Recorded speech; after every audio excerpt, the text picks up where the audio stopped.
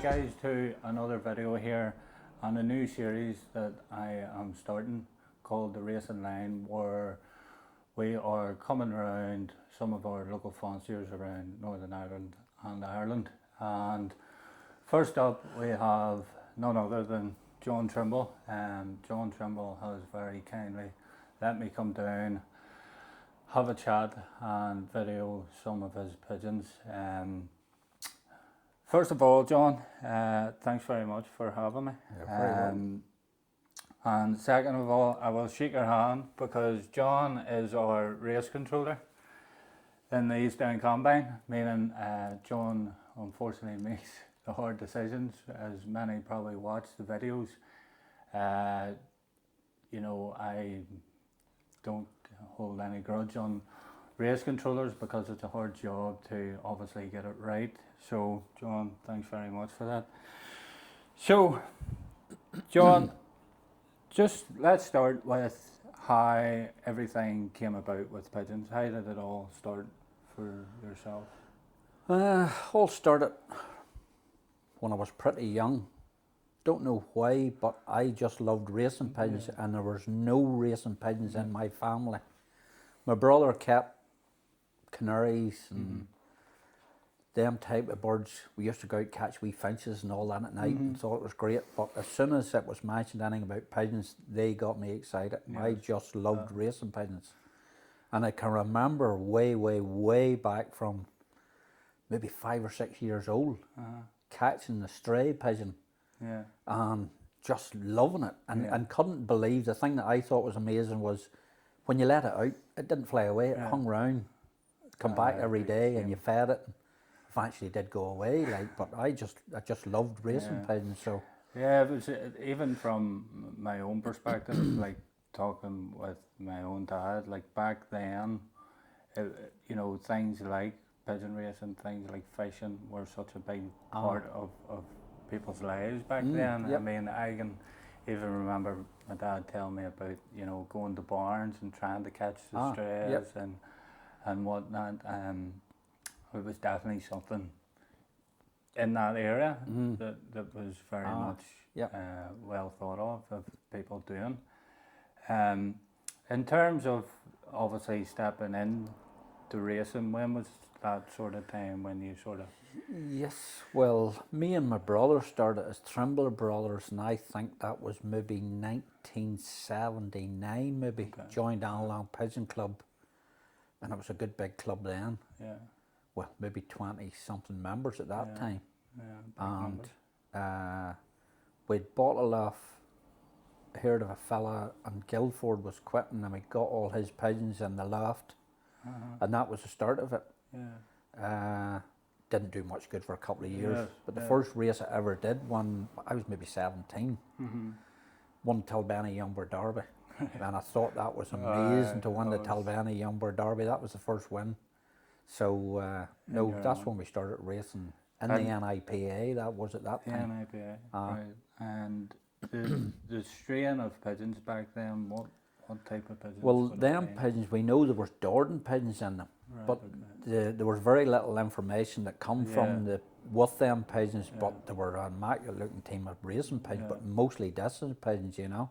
Yeah. So we did have that. I know there was a good bit of Dordan. The brother really was into distance racing. He loved the Dordan pigeons and had some decent ones, did pretty well for him. But at that time, they're just a mixture of everything. Didn't really even know what breeds of pigeons were. Very little. I think back then it was very much just a lot of exchanging happened with pigeons. But never really had, you know, a strain that you would have said that bushert pigeons that done well. First, I got bushert pigeons from Jimmy McAnally in Castlewellan, raced in Ansborough, and they raced really well. Yeah. Won Saxons in the Nippy Saxon F and that sort of thing very early on. Done really well. And would you have considered them as sprint based, or? Well, the one that won the Saxon out of Bude, he was Larkin's bushert. And they did. They were more on the channel. Yeah. Because I can remember racing all the way down Ireland, and there were some good like Jim Newell was the best of the surgeons, and Bobby McCollum were some top racers in the club at that time. Couldn't even get a place down Ireland. Yeah. But when they hit the channel, I remember winning the 2 Talbanis. I was 11 Saxon in the Nippy, and then the next week second Saxon, and then I would won the Saxon out of Bude. They were really, really good. 54th something, I think, out of the Yearling National. Really good on the channel. Down Ireland, couldn't get a place. But no, they were better at the channel races. Yeah, and suppose like back then, John, there wouldn't been so much focus on what we focus on now between widowhood and different things of that nature. Even the loft designs and what they used to, I mean, I remember my dad telling me some of his sheds and what he was racing out at, near enough like a coal bunker shed and a couple of boxes, and that was it. That's and right. Your feed was a stone of beans and tares, really, and that was what they were fed on. So going obviously forward, there's been a lot of advancement in terms of looking at nutrition, motivation, and especially now looking at the breeding side of pigeons. So you've had a long history in the sport as such. So when we talk about obviously our own pigeons and where we're at now, we're going to go through some questions, just how John himself sets up for his racing and what his day-to-day life through maybe each season looks like. So it's probably better to start from maybe the last young bird race when you're sort of getting pigeons then prepped for moulting. What's your process then after the young bird season? Does your pigeons get split, or do you just leave them, or what would your process? Yes, as soon as the young bird racing finishes, I wouldn't have my old bird racers, or not even the stock birds, I wouldn't have any, but that's when I split them. As soon as the last young bird race is over, because everything gets split. Everything gets split then, because I would use the young bird left for stock hens, and that's where they would go. So as soon as racing's over, everything gets split, and I do put all the young cocks and all that I want on roundabout next year. They'll all get moved into their Saxons, and the young hens, whatever's going to be, they'll go into the hen Saxons. So everything then is put into the right Saxons to give them as long as possible to get settled in, you know. And obviously, taking a look at your lofts and stuff, it's pretty much you use no bedding. It's sort of bare floor, so it's continuous scraping every day. Yeah, every day. We clean them out twice a day. And in terms of obviously, you know, feeding wise, what's your way of thinking around feeding? Is it a case you buy specific mixes or? Not particular, no. Moulting, I would use what they're getting there at the minute is Richard Donnelly's Moulting mix. Yes. But there is, what I do notice in Moulting, usually my pigeons seem to put on an awful lot of weight. So as soon as they're on that, and I would use Fraser's Moulting mix as well if I was up there. But mainly Donnelly's Moulting mix seems to be a very, very good mix. And maybe mix even a bit of linseed in with as well. I think it helps with the moult. Yeah, like a conditioning seed as well. Would you use conditioning seed or just? No. I haven't used it this year because I do find that seems to be a problem in the moult. They seem to put on a lot of weight, and you don't want them because it doesn't be too long after the moult you're thinking about already starting to breed. So I know as soon as moulting is finished, they'll go straight on to barley. Straight barley. And soon now I'm going to start mixing in half barley and half moulting mix, sort of just break it into them slowly, but maybe a bit of oil. There's that zest. Health and energy oil. What is it? Healthy oil. Healthy oil. Yeah. From zest. Mix a bit of it and maybe probiotic or something in with it as well. There's 2 or 3. There's Yeah. lots of different types now, but it's, I think the market is flooded now. it has different intro back. I products. like it, but nothing And do your pigeons, would they just be kept in or allowed kept out? in now. Yep. Or kept in. I used to be always did let them out, maybe once a week. Yeah. I would have let them out. Yeah. But during the moult, they don't really want to go out much anyway. No, I would have let no. them out and give them a bath and that, but now we just Yes. give them a bath, put the bath up in the Sputnik or the trap, and Yes. let them get a bath there. And in terms of bathing, are you very much once a week, twice Once a a week, usually, Once a week, maybe once a Monday, week. Tuesday, we'll give them a bath. Yeah. The sin is they let you know anyway. You Yeah, go in, they're well, all that's- sitting yeah. around the drinker looking to have a bath, so that, right, need a bath. Yeah, well, we would ourselves would probably be very religious in bathing. Yep, I think yep. even the importance of, I like to emphasise in bathing, especially with stock pigeons that don't get out at all. You know, yep. it sort of breaks the monotony of just being linked to a box Yes. and a bath. So Get a bath near once every week.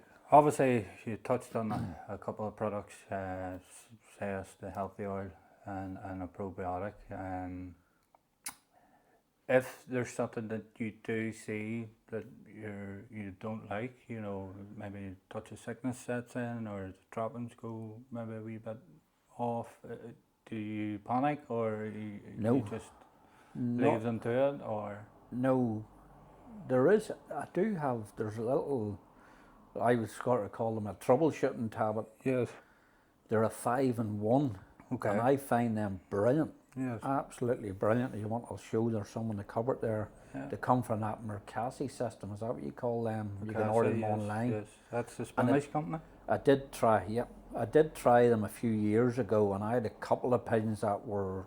Yeah. I thought no hope. They're goners. But one tablet every single day, and unbelievable how they come around. Yeah. And it doesn't mean you need to be treating everything. No, I think there's again we'll probably touch on the subject when it comes to the video, but I think there's such a way of thinking when it comes to treatments around pigeons and the antibiotic abuse and things. But it's you know, I look at it from a mind frame of, well, if you were sick, you go to your doctor. Yep. And normally they recommend something. So again, there's certain things you're willing to try to see if it would help. And to be honest, John, 99.9% of the time, like even our own stock pigeons, I mean, nothing happens. You know, Yep, they get yep. nothing because they don't need it. They've generally built their immune system up throughout the years that realistically a stock pigeon doesn't go Yep, very, sick very, or very little. even. I mean, I find with the Moult, and maybe you have similar ideas, that it's probably one of the most important things. It when is, it yep. comes, Good moult. especially with the racing, because at the end of the day, I've always said this is the new feathers for the Yep. new season, and if they're not right, Very important, yeah. and something that we always go off is when we handle our pigeons, you know, is there a lot of silk, is there a lot of bloom, and certain signs that emphasise that the pigeon's in good health. So, John, do you want to have a look at these wee tablets? Yes. If you show them, and then I know they're in there, and I can sort of plug Yes, them in. I find them a brilliant tablet for. I've Yeah. had a couple of pigeons that I thought no hope. Yes. That was, So this is. end up the last time I seen a deal on, I bought about $5. Yeah. There's 100 tablets in it, but So endoreflexion, that's they're sort of like for the usual salmonella, E. coli, all that sort of thing, bacterial infections. so. If I'd had one sick pigeon in the house, I would just give them one tablet every day. And I have had some pigeons that Thanks, John. Thank you. some pigeons that I thought they're no chance, Yeah. and they have cured them, like Yes, really. yeah. Well, I think that endoreflexion that comes off the family of is it Pedro? I think maybe. along that lines. Um, But that's what I like to do too. I like to see things, right, well, try these, because I've tried more products than enough, and I yeah, thought, yeah. I don't see any difference. Didn't, you know, Well, hasn't that's helped, so. the thing with pigeon racing now. The market for it and how much it's flooded with different products. Not even from a natural health product. I mean, we would quite be a lot of effort into using natural things. Again, maybe staying back into, is there anything added within your drinking water, or you just leave it pure water? Would or give them vitamins, yeah. vitamins? That Gervit W, is that what it's called? Rutherford, put it in. Romford, Gervit W. There yes, there is plenty of things I would put in the water. Yeah. Well, just throughout the Moult. Throughout the Moult, not a lot. Vitamins maybe twice a week. Yes. Do, give them a probiotic and that as well. Just trying to think, is there anything else would really? I would mix a bit of Fraser form in with the food as well, all through the Moult. Yes. Like mixing a bit of linseed. Yeah. Just to help them along. But for by that, not a while. Not. Yeah. Okay. So I think it's pretty much just observing a lot of the time, and I think this emphasises a lot when it comes to your pigeons. A lot of people would maybe get pigeons, put them in a loft, and that's enough. Where it stems from being very observant around the loft and watching for different things that are happening, even pigeons' behaviour, and because you start to pick up these things, and there could be traits to pigeons from others that maybe are warning signs to you maybe you need to act in a certain way. Yes. You would notice very easy this time of year, like when pigeons have picked out all their boxes and all that, you'll come in and maybe see it dropping a little bit off or something. But I wouldn't panic with the likes of that. No. It's maybe just something to do with the feed or. Yeah. Well, that's it. I mean, what we stress about in our general life is very different compared to a pigeon. I mean, I know especially from, the cock side of things, they can get a bit excited and, maybe try and take a couple of boxes, and then there's more water within the droppings. And people maybe tend to be reactful to that and worry about it, but sometimes it's best just to let them sort it out themselves, really. I think the grit's pretty important too. Yeah. Moulting a multi-mix. Yes. Maybe every 2 days I would give them just put it on the floor for them clean out. To go mad for it. Yeah.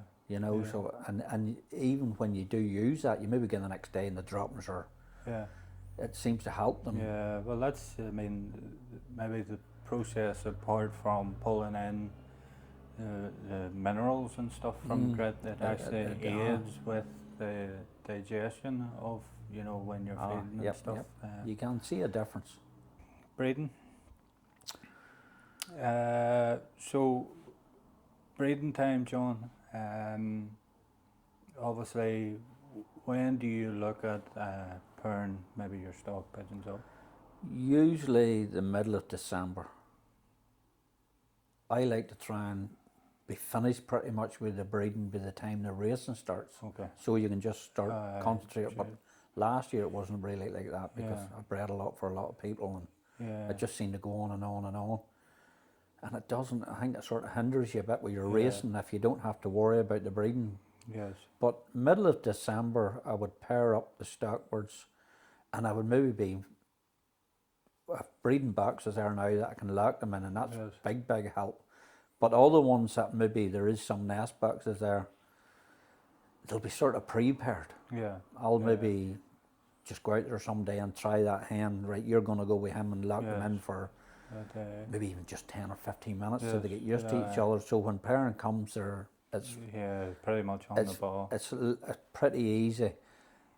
And at the same time I would pair up my roundabout distance pigeons I wouldn't have, but the roundabout pigeons, they'll pair up at the same time. Okay. There may only be a couple of pair of the roundabouts that will breed out of, but I will float. The stock. I will float the stock. Try to float the first round at the stock till as many as I can anyway that matches with the race roundabout race team. Let them rear them and get the roundabout or the stock birds back down again. So I've 2 good early rounds out of my stock pigeons, and I will breed some for some people. Yes. So I'm trying to get that done before the racing starts. Yeah, well, that's it. I mean, at the end of the day, sometimes, and I don't know maybe about yourself, but sometimes when you're in this element of you're trying to breed, you're trying to get pigeons to race, you're trying to do all these things, you sort of feel overwhelmed at times, and you think maybe it's only yourself, and it's until you maybe get out and visit people like yourself and have a chat with, that it's not only in your own back garden that it happens.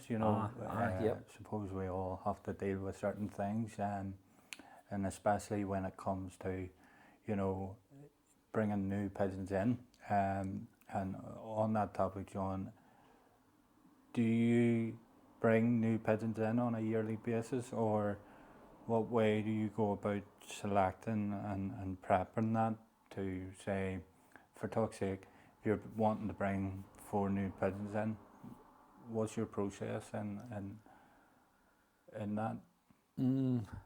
Well, I haven't brought none in now. This year, nothing new. I've too many, so trying to get down a bit in numbers. But when I have brought pigeons in, this last few years, really, any pigeons I've brought in have come from Ian Gibb. Okay. And I've usually got them as young birds. Yes. He's some, you'd maybe say to Ian earlier in the year, but it would usually be maybe July, August time before you maybe get them, so they are young birds, but they would just go straight into the stock loft.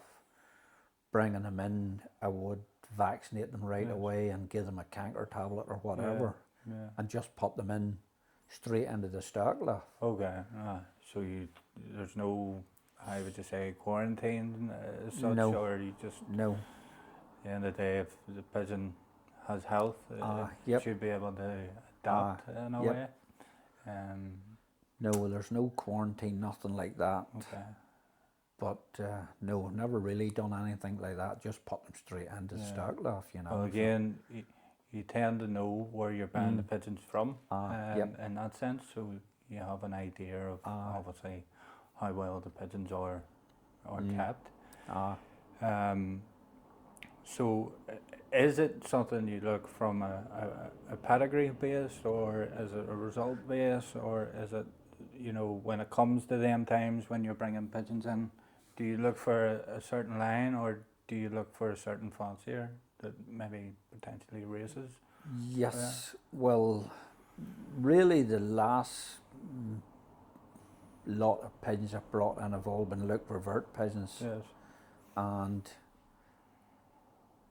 the trying to bring out the best, like Carolachi and Goodleaf's the main breeding pair, but grandchildren or whatever from them, Dizot and the 511, all real good lines. So if I was bringing anything else in, that would be the lines I would be going for now. But the trying to get as close as you can to the really main pigeons, you have a better chance of getting something. Yeah, well, that's it. I mean, suppose like anything, getting a line, it's like you get close to obviously them performance pigeons, and even from that, there's a lot that maybe has to go into it from the standpoint of, is the direct children going to race well? Is it the grandchildren that's going to race well, or vice versa? Is it the children's going to breed well, or the grandchildren is going to breed well? It's something, even with talking with other people, it mightn't be that specific pigeon is breeding, but anything down the generation starts breeding the good pigeons. There's been Kevin and Christopher Rooney have given me some super pigeons over the year, yeah, and a lot of them very good racers, but very good breeders. yeah. And so there's a good few of them, and like so. And for those that don't know, Gavin and Christy race in the same club as yourself, yes. don't they? And they're only Yes, up the hill here. couple of miles from here. Couple of miles. I have yet to actually go up and visit the loch, but I've heard it's a spectacle up there. It is. Especially up the side of the mountain here. John races literally on the coast of would you say Ballymorton, Annalong? Aye, Ballymorton. Ballymorton. So there's real stiff competition when it comes to the racing side of it. Really have to be on your. You have to be on the ball. If Your you want to best. get anywhere near Kevin and Chris, you have to be on the ball, and you have to have the Absolutely. pigeons. But that's a good thing. Yeah, look. You need the better competition you're racing against, the Absolutely. better it makes you. You have to put the effort in. You know, time and time again, it's very much like that. And again, it's not discrediting people. It's the amount of work and effort that you're willing to put into it will show come a race day. And you know, at the end of the day, I would be lying here if I was sitting. We're not out to win because every week Everybody's trying to win. on the Friday nights we're dreaming of a first club or first open or. You have to be trying to win every single week. Yeah. And there's weeks that won't suit you. Like Yeah, here, of if we don't course. get west in the wind, the chances are that Yes. we're going to be nowhere near it. Yeah, and that's So, I mean, people will have watched my videos and explained in many ways. I am a big believer, John, that you know, it doesn't particularly in any wins. I want pigeons performing well, yeah. but I'm not clueless to the point. If there's a direct west win, pigeons should be out here, Yes. and we should be maybe 100 yards behind that, and that's just part That's and what parcel. happens. You see that You in know, the results. you get south or east, the pigeons are way out, and you are probably feeling the same. We're the slowest in the company in the east. In that way. So again, you're always looking out for the unexpected. You know, That's what I like when you get a pigeon that, like the hen that won the Open for me 2 years ago, and the Yumbers out at Clonmel. Yeah. She won the Open, and the next two pigeons I think were in Belmont, and then Yeah. maybe yourselves in Dundonald, and that's nice when you get a pigeon that can get in Absolutely. when it shouldn't. I like to see that. Yeah. So. Yeah, no, and that's very much, again, especially when the miles sort of start creeping down, you know, for people that don't know, our mileage starts, you know, I'm not sure your first race, is it around about 40? And then No, it's only 40 miles, stuff in the Yumbers and Avon. Tullamore would be 92. And then Skibbereen would probably be your furthest. 223, 223 miles Skibbereen. And then we obviously stretch out. But again, it's just a weekly basis of trying to keep the pigeons healthy. So that it is. You have to be trying to have them ready every week, no matter what the weather is. And when it does suit you, if you've got them right, you've got a chance then. Yeah. So in terms of the breeding size, you know, we'll look at maybe what way you're feeding. John, is it, you know, once, twice a day, maybe galley pots in the boxes? Yes. Yes, it'll be twice a day. The ones that stock pigeons that are in the breeding boxes, they've got the little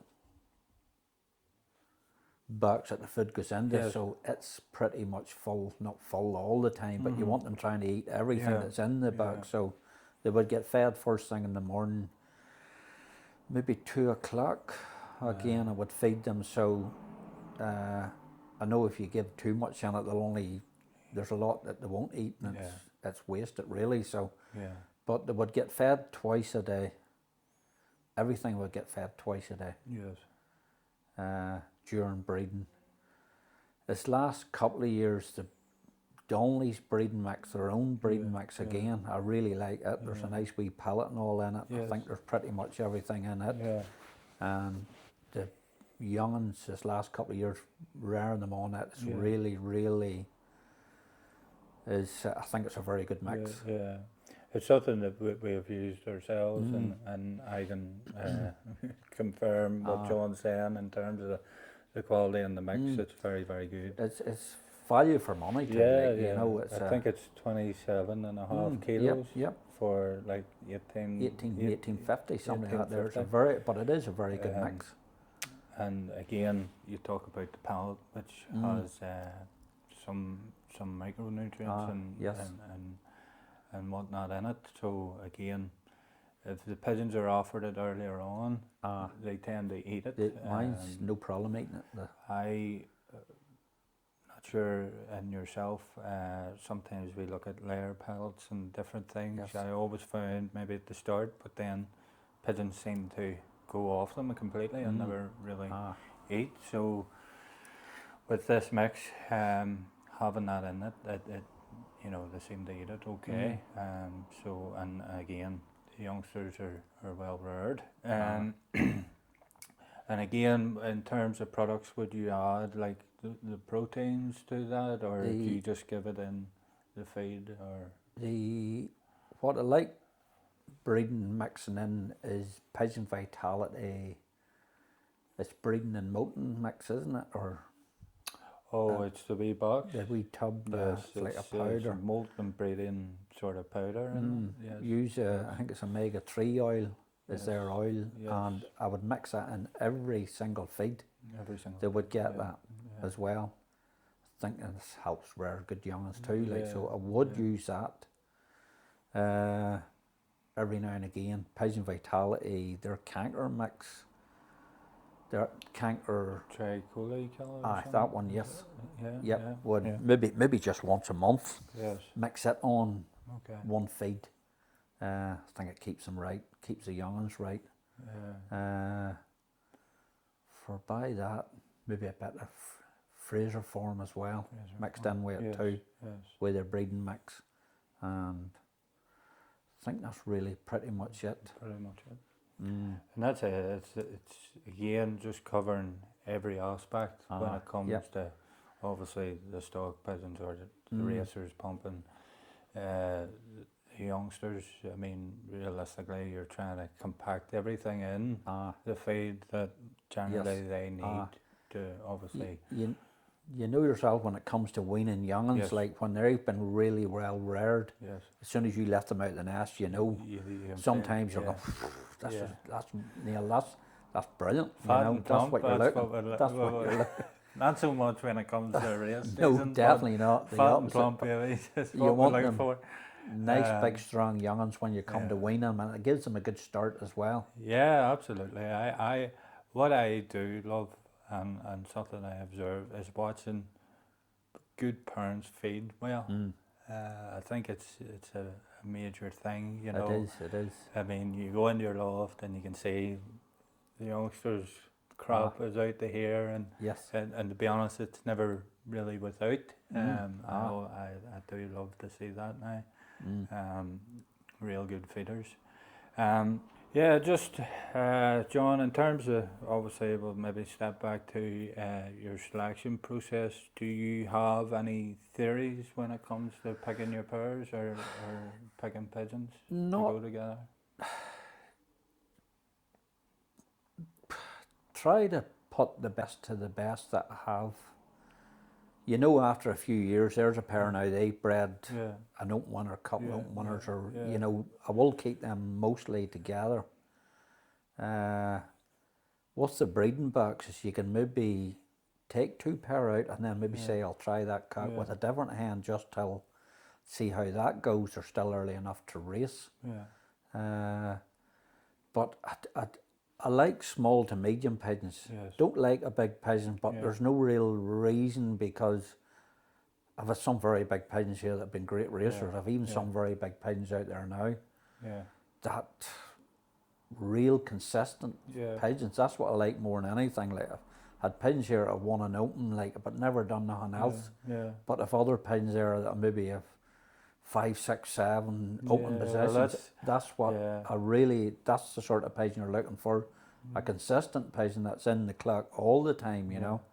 Again, what we were maybe talking about just off camera, it's like when you actually tend to, sometimes you're always looking for that first, second, third, and you're sort of have the horse's binoculars on, as I call them, and you don't really look past that. But when you come to the end of the year and you start maybe going through some of the pigeons' performance, and you start going, well, that was 10th open, it was 15th open, it was, you know, if you maybe were, say you were maybe 4th and 5th open, yeah, but another pigeon was maybe 14th open, you don't really notice that pigeon at 14th open until you sit down and look through it. Again, I suppose when it comes to the end of the year, the importance of reviewing the year. That's what I like to do too. At the end of the year, have a good look through, and then you maybe say, God, I didn't realise it. You know, that's it. That stock pair, they've been breeding very well. Yeah. Well, that stock pair could have had a question mark on it that year, and then before you know it, it's produced you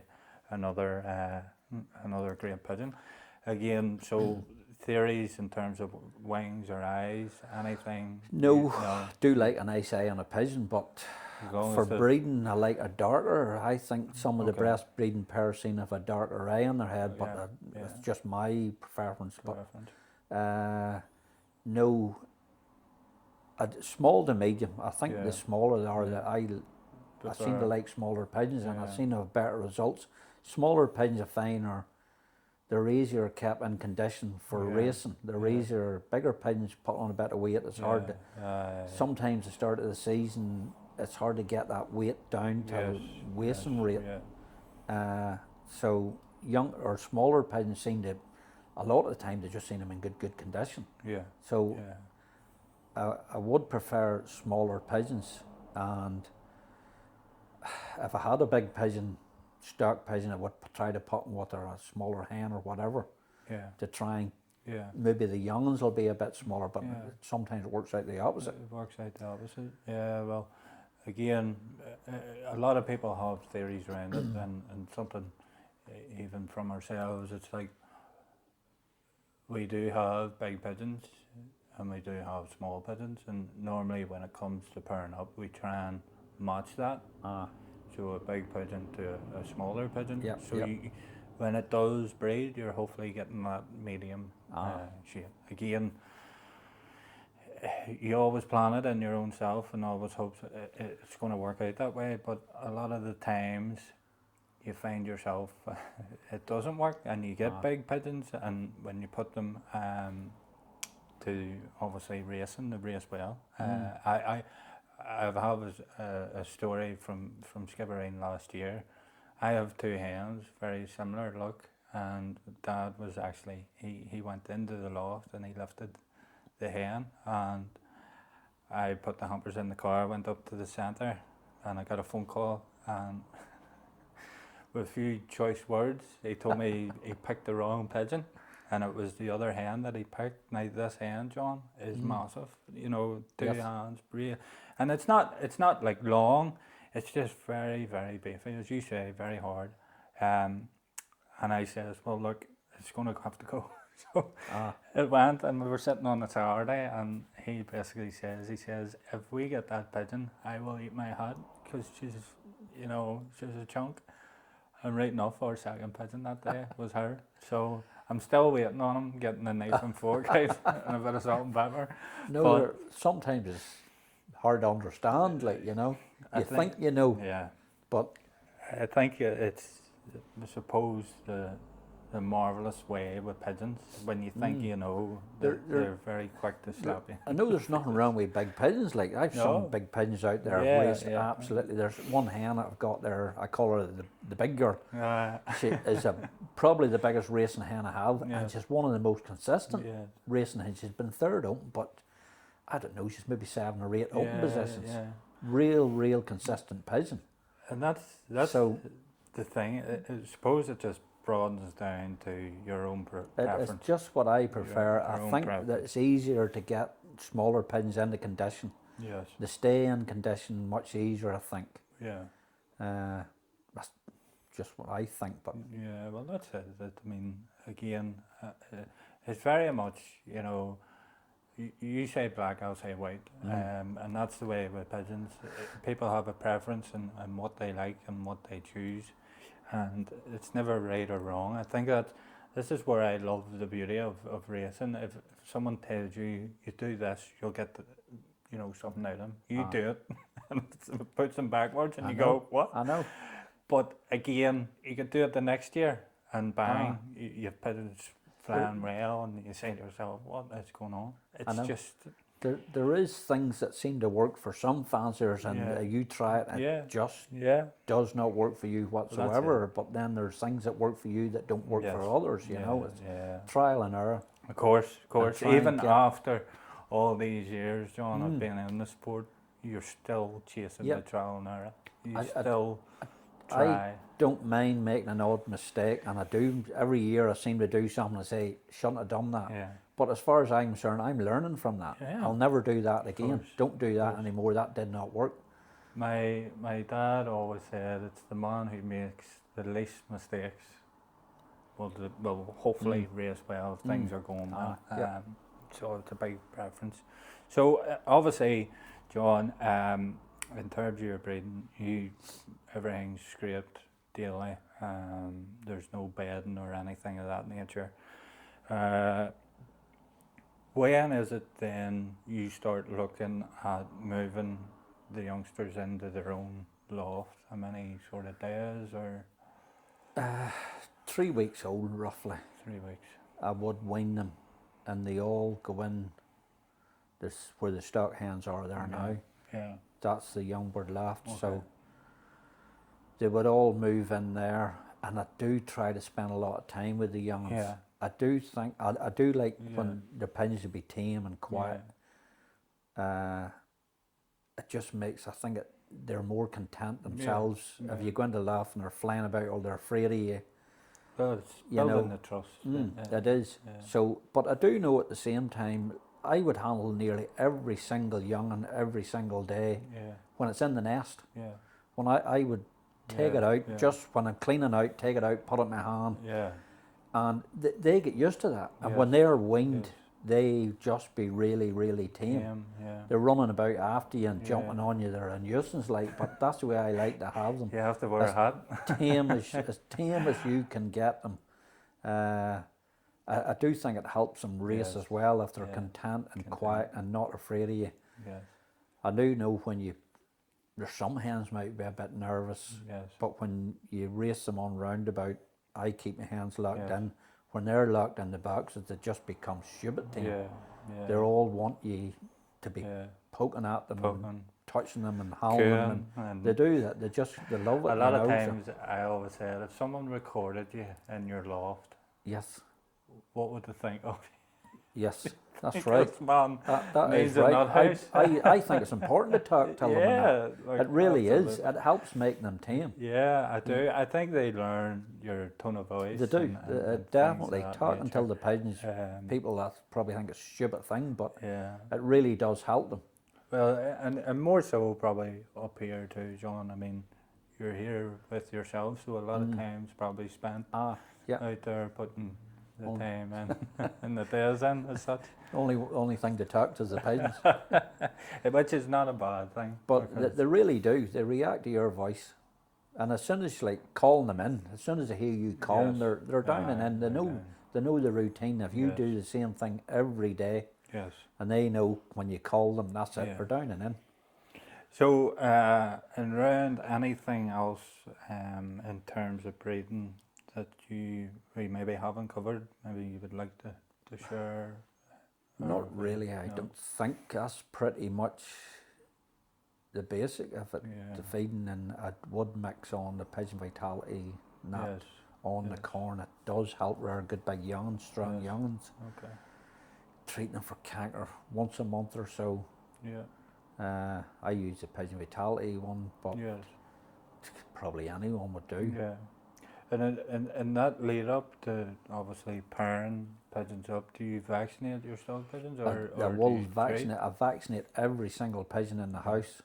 And I've one there I got there at the minute to try. It's for Paramaxo, but it's for Salmonella as well. Okay. It come from that Mercassi system. Okay.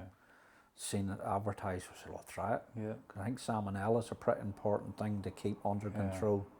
I think it caused a lot of problems. So I'm going to try that one and see how it goes. Yeah, unfortunately, I always find stuff like salmonella and stuff. It's very hard to ever visually see it. Yep. You know, I mean, you lift a pigeon with canker, you can see the yellow disposals in the back of the throat and stuff. Or if a pigeon has respiratory, you see where this is one that is very hard to see visually. Now, you may get the bad droppings and so forth. But in terms of covering yourself for it, I think whether you tend to vaccinate or treat for it, I think it's definitely. No, well, I've never vaccinated for it, but I thought this year I'll try to vaccinate and hopefully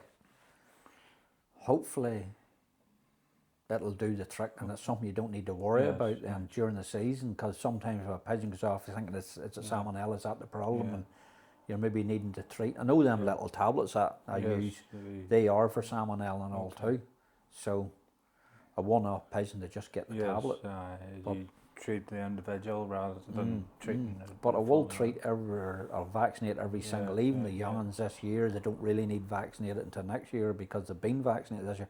But now I will have vaccinated every single pigeon, stock pigeons, every bird. I don't think it does them any harm for Paramaxo, like, you know, so. Again, suppose a vaccine, it's either going to work as boosting their immune system or it's going to knock them. So in a way, you are getting the best of both worlds in terms of the pigeon should be able to respond to a vaccine and obviously help its immune system to be well enough to do what you're expecting it to do when it comes, whether it's a breeder or a racer. But overall, I think from a standpoint of it being beneficial, it's definitely a big thing. We'll vaccinate now very soon. Yes. Next 2 weeks I'll vaccinate. I'll just pick a nice sunny day, just go into one section, hamper everything up, just one at a time, vaccinate them. Got myself a vaccination gun there. Right, so they're definitely a good job. A great job. And I would do it all myself, like, you know, I don't get no help or nothing. I would vaccinate. I just get the bird in between my legs here. And away you go. Yep, no problem. And I have no problem doing them myself, you know, so. Yeah, well, that's it. I mean, if you find it easier, I suppose that way it's not too bad and you're not relying on anybody. When you have plenty of time, there's no problem, you know. And something that you're saying, the vaccination guns, we used one last year which worked quite well, but it was one of them metal casted ones. And this year it was like when you were trying to inject, it was like back pressure. So I don't know if the mechanic and where obviously you press failed, but we bought one of the plastic ones. And it's just a squeegee, and to be honest, it was a lifesaver when it I think came that's the to sort of one I got. I only got it there for vaccinating. You're vaccinating maybe 80 pigeons or whatever amount. It definitely comes in handy. So. No, it is handy instead of needing to fill a syringe. Oh yeah, every Stop 3 shots. Syringe. Yep. Yeah. So no. We'll talk about old bird racing, John.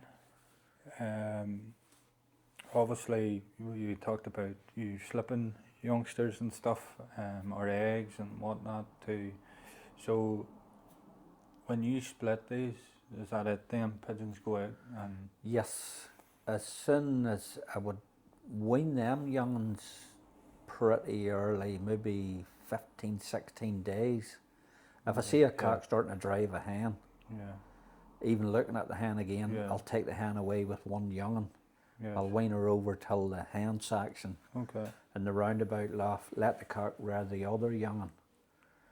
So that'll be early enough. So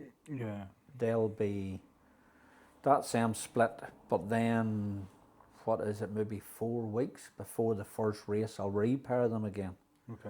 Let them all, and they all go down in a flash. You know, 8-10 days, everybody's laid eggs, and let them sit 5 days maybe.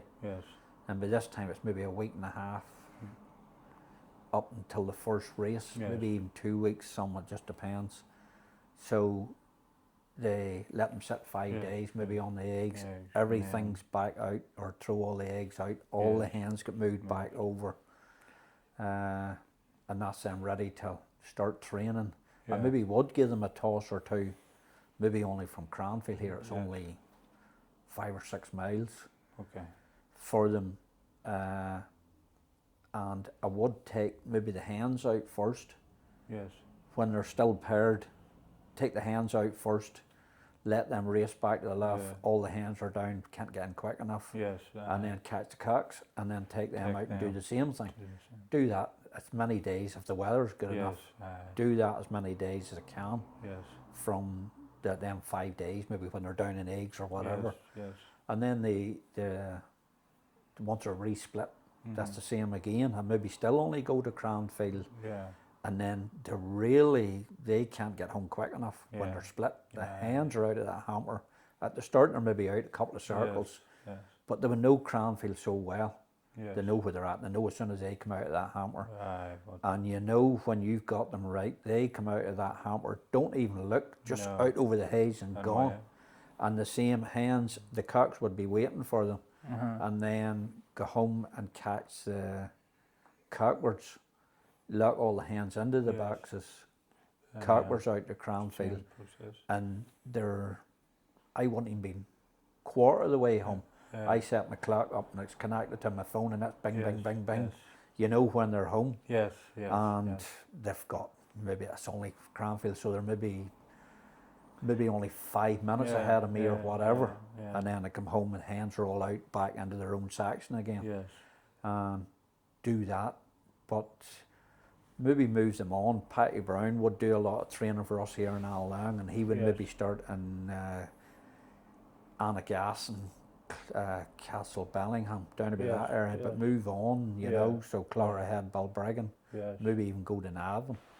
So only he would let them out, the hens out first, and a half an hour later they would let the cocks out. So it's brilliant training for them. Even if you're on a system, in a way, it's very beneficial. So you're maybe getting all your hens home or cocks home first, and then, or is it always hens? It's always hens. You always let the hens out first, so the hens are always home first. Yeah, which obviously is a big bonus when it comes to training, because like a lot of people maybe have to work and stuff, maybe don't have the time to train that way. This obviously helps when it comes to prepping for a race season.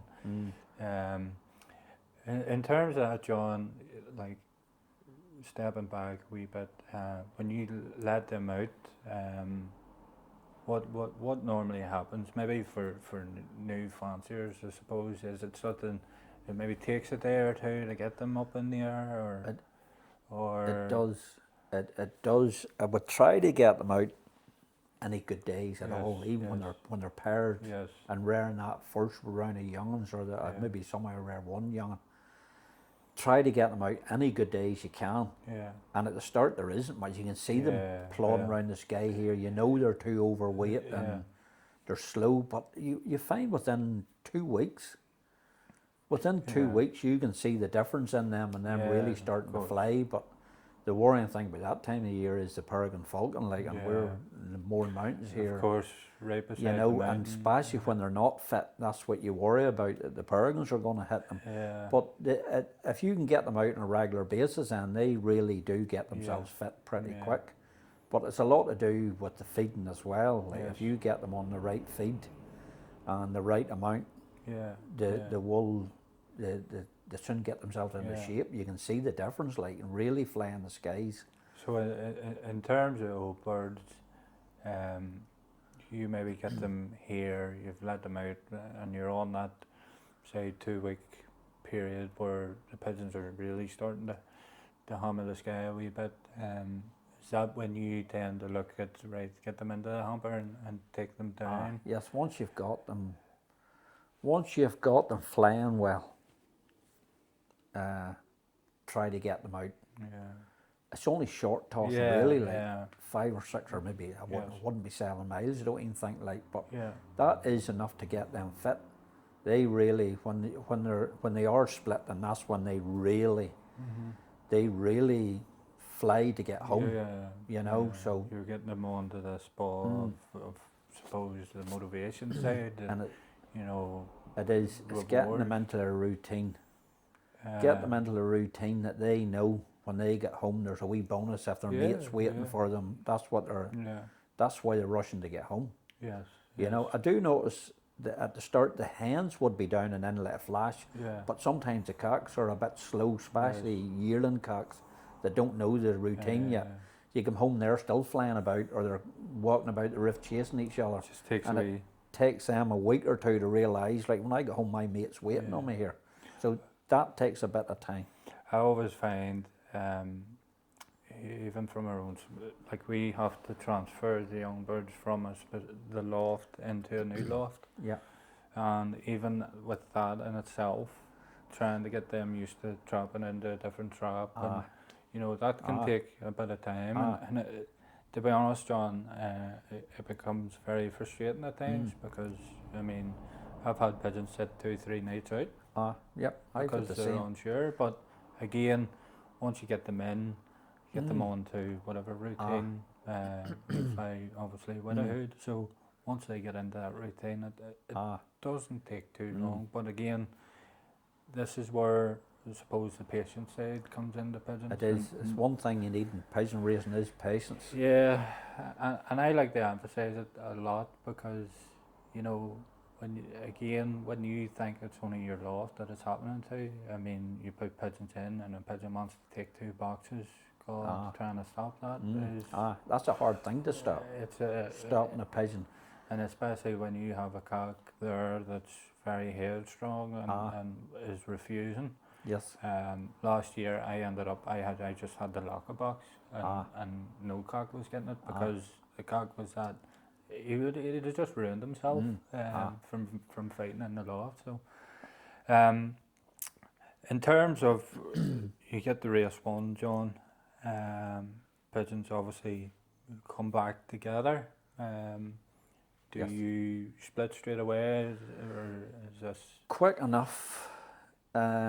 Usually maybe 30 minutes. Yes. They would maybe stay together 30 minutes. Maybe sometimes they would end up being an hour together. Yeah.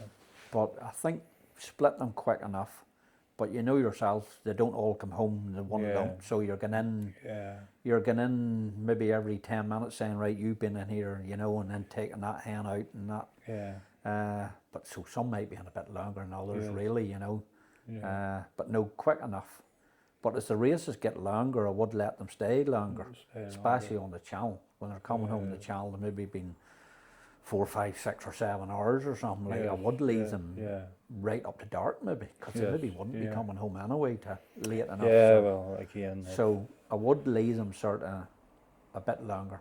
The longer the races to go, the longer they're flying, the longer they would get. Yeah. Or even if it was a tough race. But I do notice yourself, or notice myself, when they don't really eat until you split them. Yeah. It's only when you split them, as soon as you take the hens away, the hens are all down eating. All the cocks come down and eat then too. Yeah, well, that's it. I suppose you know, the focus of obviously getting home is to get home to that reward. Yeah. So that is what is the reason they're getting home. It is to get to their mate. Yes. You know, they're not even thinking about the food, even though they might be hungry enough. They want to be fed from yesterday, so they maybe take a couple of packs, but that's it. It's their mate that that's their motivation is their mate. That's why they're rushing to get home, not the food. So in that aspect of food, John, maybe you're willing to share what way you're feeding through it. Is it again? Is it scheduled twice a day at a certain time? Yes. Or it is routine. I think is very, very important. And I do know the days are getting longer. I'm a very early. As soon as it's daylight, I'm out. You're right. So when at the start of April, like you're starting to train early April. It's not that, you know, bright early in the morning. No. But as the days get longer and longer, I'm up earlier and earlier and earlier. I'm out there at 5 o'clock in the morning when it's bright at 5 o'clock in the morning. Bed out there, that is my routine. I have to get out and get at it, and it Yeah. makes it easier when you have a longer day. You have a bit more time. Of course. So no, routine would be up in the morning, hens out. The hens are out, hens are locked in the boxes, but they're out of their boxes and they just can't get out of the boxes. They're out of the loft quick enough. Yes. Out they go, they'd be out for an hour. And hens fly brilliant. Once you've got them, no more training after the first race. That's it. First race, done. No more training for the roundabouts. That's them done. This year I'm going to race, did do it last year, 2 roundabouts on the distance pigeons. Okay. But they would be still training them. Still train them at least once a week, maybe twice a week, just depending. Okay. But the main roundabout pigeons, no more training after the first race. But hens are out for an hour in the morning and they'll fly, and you you might get an odd one for some reason that doesn't want to fly like the rest. Yes. And the way I have my birds, the traps are closed. At the start you'll need to flag them to get them. You'll get an odd one trying to come down, but flag them. But after a couple of weeks, they just want to fly. Yeah. And they'll as long as I stay out of sight. Yes. My pigeons are pretty tame, and when they see me, they think that means they're coming down. It's time to go in. That's the way I want it on a Saturday. They see me, that means come down and go in. So when the hens are out, I stay out of sight. I'll be in there cleaning that whole loft, get it all cleaned out. And when they come out, you hopefully look and there's not a pigeon in the sky, no sign of them. You'll maybe watch them coming from Kilkeel direction for some reason. I always seem to go in. You'll see them racing till the left, and then they'll slow down, circle around a few times, but you need to stay out of sight, because if they see me, they're down. They think they're coming in because I'm standing there, so stay out of sight. If you're out of sight, they'll circle a few minutes, gone again. And I love watching them do that. They race as hard as they can go. They're going like bullets. Yes. And then the same, they'll maybe be away 5 minutes, they'll come racing back again. But if you stay out of sight, they don't see you, they'll just keep flying. Once you've got them onto the routine. And then what I do is, the cocks are moved over into the hen sacks, and that's where they trap into back into the nest boxes where the cocks are. So I'll put a little bit of food down there, and when I see them racing away, that's when I open the trap. And I think it's them Jeff Greenaway traps. When they see that trap open, the red, they know, they spot that from. Sometimes they'll come on very high, coming back, but as soon as they see it, it's like they are like bullets. And they see me standing there, and they know that's the routine. There he is. They're down and in. Hens, 24 roundabout hens I have there, and they would be in within half a minute. Every one of them, no mess. Straight down, straight in. That's what you're looking for on a Saturday.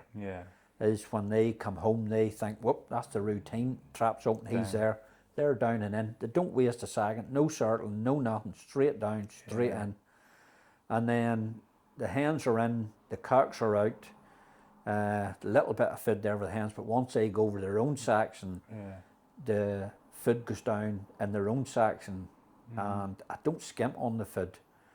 I think the right type of food's important. Light enough food. Yes. It seems to be the way racing's going now, lighter food.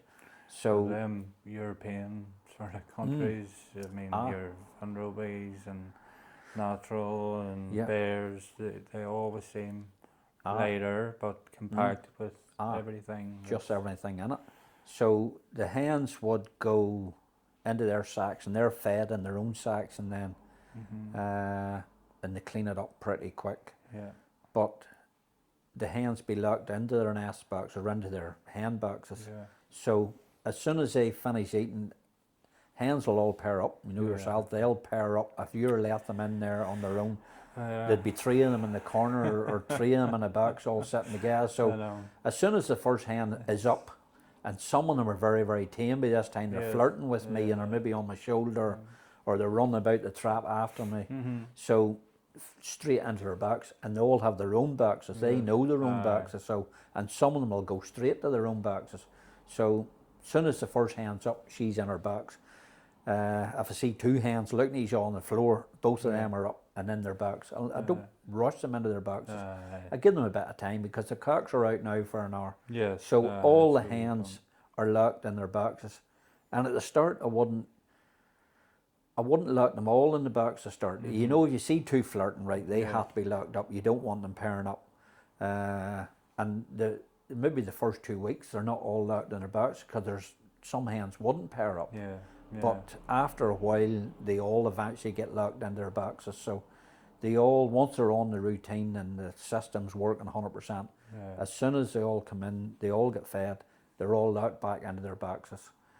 But I would even, if they're out, say, at 5:30 in the morning and they're back in at 6:30, I'd maybe go out there at 10 o'clock again and just let them out of the box, and you'll find a lot of them will go down and have a drink. Yes. I don't feed them, I maybe give them a bit of multi-mix grit or something like that, just for, and they're only out 10 minutes again, but then lock them up. It's just to break up the monotony of them being in the boxes all day long.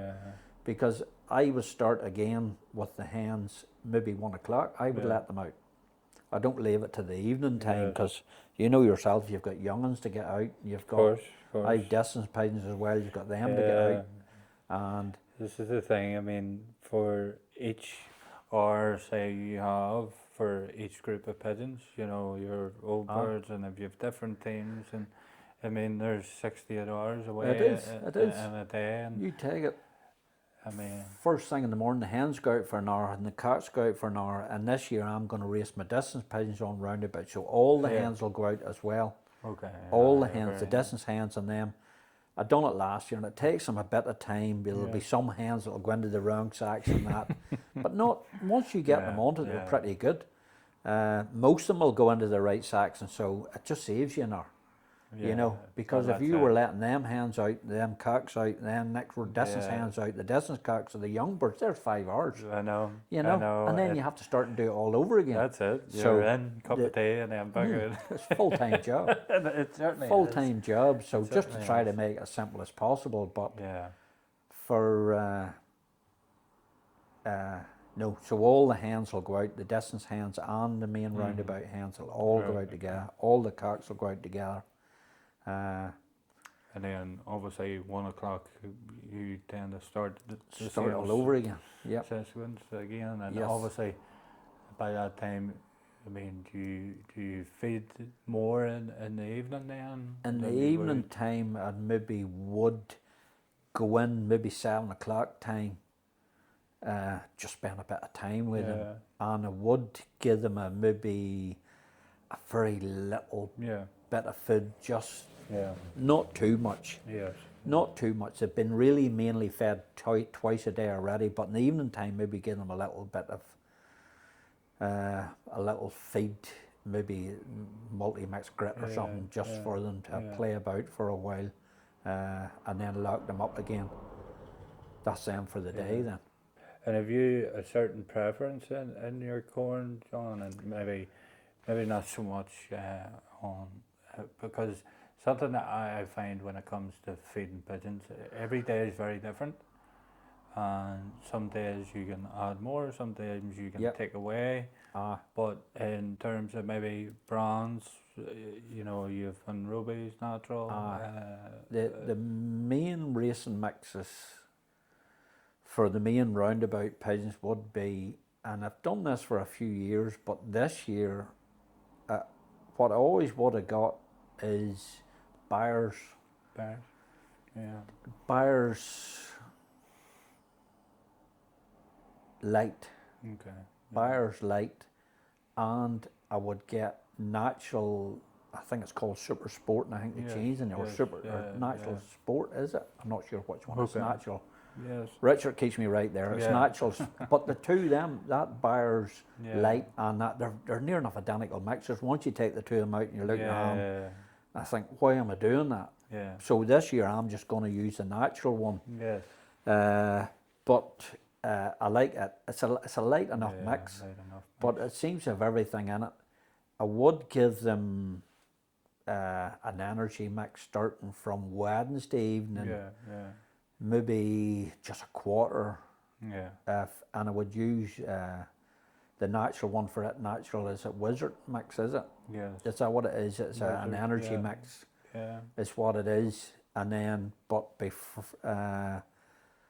on Thursday, say it's a Saturday, go away Friday for Saturday. Yeah. Thursday they would maybe get a third of the wizard mixed Okay. in on Nah, a you just- Thursday. Friday the same again, but they would get a good mix of the energy mix Yeah. before they go. Maybe 2 o'clock on a Friday. Yes. They would get fed. We would hamper here in the club at 7. 7. You know, so Yeah. they would get Very similar to us. they would get not a big feed of it, but they would Yeah. get a good feed of. They're Well, content. They're quite Suppose happy. the Thursday night would be our main concern Yep. with feeding, so that all the fats and carbs are stored come for a race Yes. day. And sometimes the problem is getting them to eat. You know, when you've Yeah. got your pigeons in really good condition, really good form, Yeah. it's getting them to eat enough. You Yeah. think these pigeons are not eating enough, Well, and they're that's getting it. very light. It is obviously one of them things of again, this is where everything has to work together in order to for a pigeon to be at its peak health and its peak physical fitness. And I mean, I look across different sports, you know, when people are at their peak, and everything runs in conjunction in terms of the way you eat and how you eat. Yep. I mean, there could be days them guys could train a bit harder one day, and they might need more protein, they might need more carbohydrates, they might. So I've always struggled talking about it in a way, because I mean, you definitely start off on a basis. I mean, most companies now give you basically a feeding schedule of Yeah. how to feed Yes. or what to feed. You should, and something I have always said is this is where you just trial and error.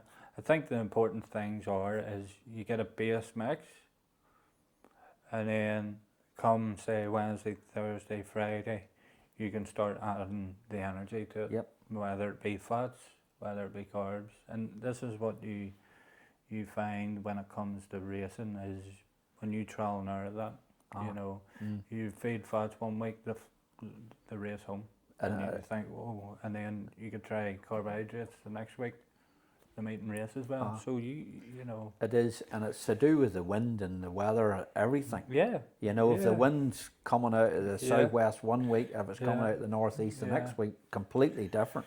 Well, that's it. And it's trying to get that balance right. Yeah, and you're always, even on the Thursday, well, Wednesday, Thursday, you know, you're looking ahead for your race day to sort of see what types of winds you're going to get, and you try and feed according to maybe what you think. And we're all part and parcel of this, Yes. trying to get it right. Again, some weeks it works well, other weeks you think, what's going on? That's know. right. Sometimes you get it right and sometimes you don't. Yeah. But you're learning. You learn by your mistakes a lot quicker. Maybe a bit like yourself, John, 2 races, 2 weeks apart, and the exact same race point, and maybe the exact same wind, and you've tried to cater the exact same feed from 1 week to another, and you get 2 different results. Yep. So if something worked 100% all the time, again, it would make our lives easier. I know. But it's half the fun, because if it was easy and you knew, yep, I'm going to win this week, because this works, Yes. but it doesn't always No, work. no, Sometimes it just doesn't. It doesn't, John. But And that is what it's all about. Exactly. You know, it's trying to get it right. The beauty of it is what compels me a lot, because every week is very different in ways. There's certain things we like to see in terms of flying around the loft and what way they're flying. Them things are a staple point. And Yep. if you've let pigeons out and 10 minutes later they're landing, then you start the question marks. But again, it's just all part and parcel. It trying is. to get it. The cocks now, my cocks wouldn't fly nowhere near as well as the hens. But sometimes they do fly, but I don't worry about the cocks. When I let the cocks out, they're maybe up 10 minutes and you look, they're all on the roof again, crowing run after each other, but then they're all up again and they're all away. And when you've got the cocks right, they'll hardly even fly in a batch. Yeah. They're all over the sky. There's 3 or 4 here, and there's 2 over there, and they're coming from every direction. They're clapping and diving, and they maybe get together, and then they all break up. That's when you know. But there maybe 3 or 4 might come down, but they're never down for long. They're up and down and up and down, and they might disappear, and they might not, you know. But once you've got them right, you know just by the way they're behaving that they're really, really in good form. Yeah. But on a Thursday as well, I would maybe put a bit of energy oil on the corn, and is that from Pigeon Vitality? Pigeon Vitality, but I've tried all sorts of oil, like an energy oil of something that's going to give them a bit of a lift. And I know the one that I seem to think is as good a one as any, Dr. Brugkamp, his energy. Oh, is it like a conditioning powder? It is, aye, yep. It's just a bit more energy in it. So a couple of things. He does the ProBac 1000, which is a prebiotic, and then I think that's what it's like the an other energy, one. like a conditioning powder near enough. That has carbohydrate in it. It is. It's got just to give them a bit more energy. So I like mixing it on the corn on a Thursday as well. Maybe even first thing on a Friday morning. The first feed they would get it as well. Mixed on. And in terms of returning from a race, obviously you explained pigeons don't tend to eat too much, which is rightly so. When you split them, and it comes to feeding, would you use anything in the drinkers? Yes. Usually on a Saturday, Tulliman 40. Yes. I like it. I think it's pretty much as good as anything. So again, that covers a lot of bases on the amino acids, electrolytes, and obviously different minerals of sort, B vitamin and stuff. Yes, there's that many. There's that many things you can give them in the electrolytes and all that now, but I do think it's as good as anything. Yes. They would get it on a Saturday when they come home. What I do like mixing on the corn on a Saturday is a Tulliman. It's that Eminol. Eminol, I think that's what you call it, isn't it? It's a protein. Is it a powder? Powder, yes. Mix it on the corn, and I would use there's an oil they recommend to use as well. I think it helps with raspberry a bit. So I would use that, and I do think it's a very, very good product. I've seen youngers coming home from a race, and you knew they weren't right. As soon as they come home and sitting on the roof, and why have they not come down? Why have they not come in? They maybe see the drop, and that's just not good. But within the day, it seems to turn them around very, very quick. And they're right back on form again, you know. So I do like it. I would always use it. Use it every single week when they come home. It's on the corn. And then first Saturday. They get it all day Saturday. All day. And maybe Sunday as well. If it's a tough race, they would get that Saturday and Sunday on the corn. Yes.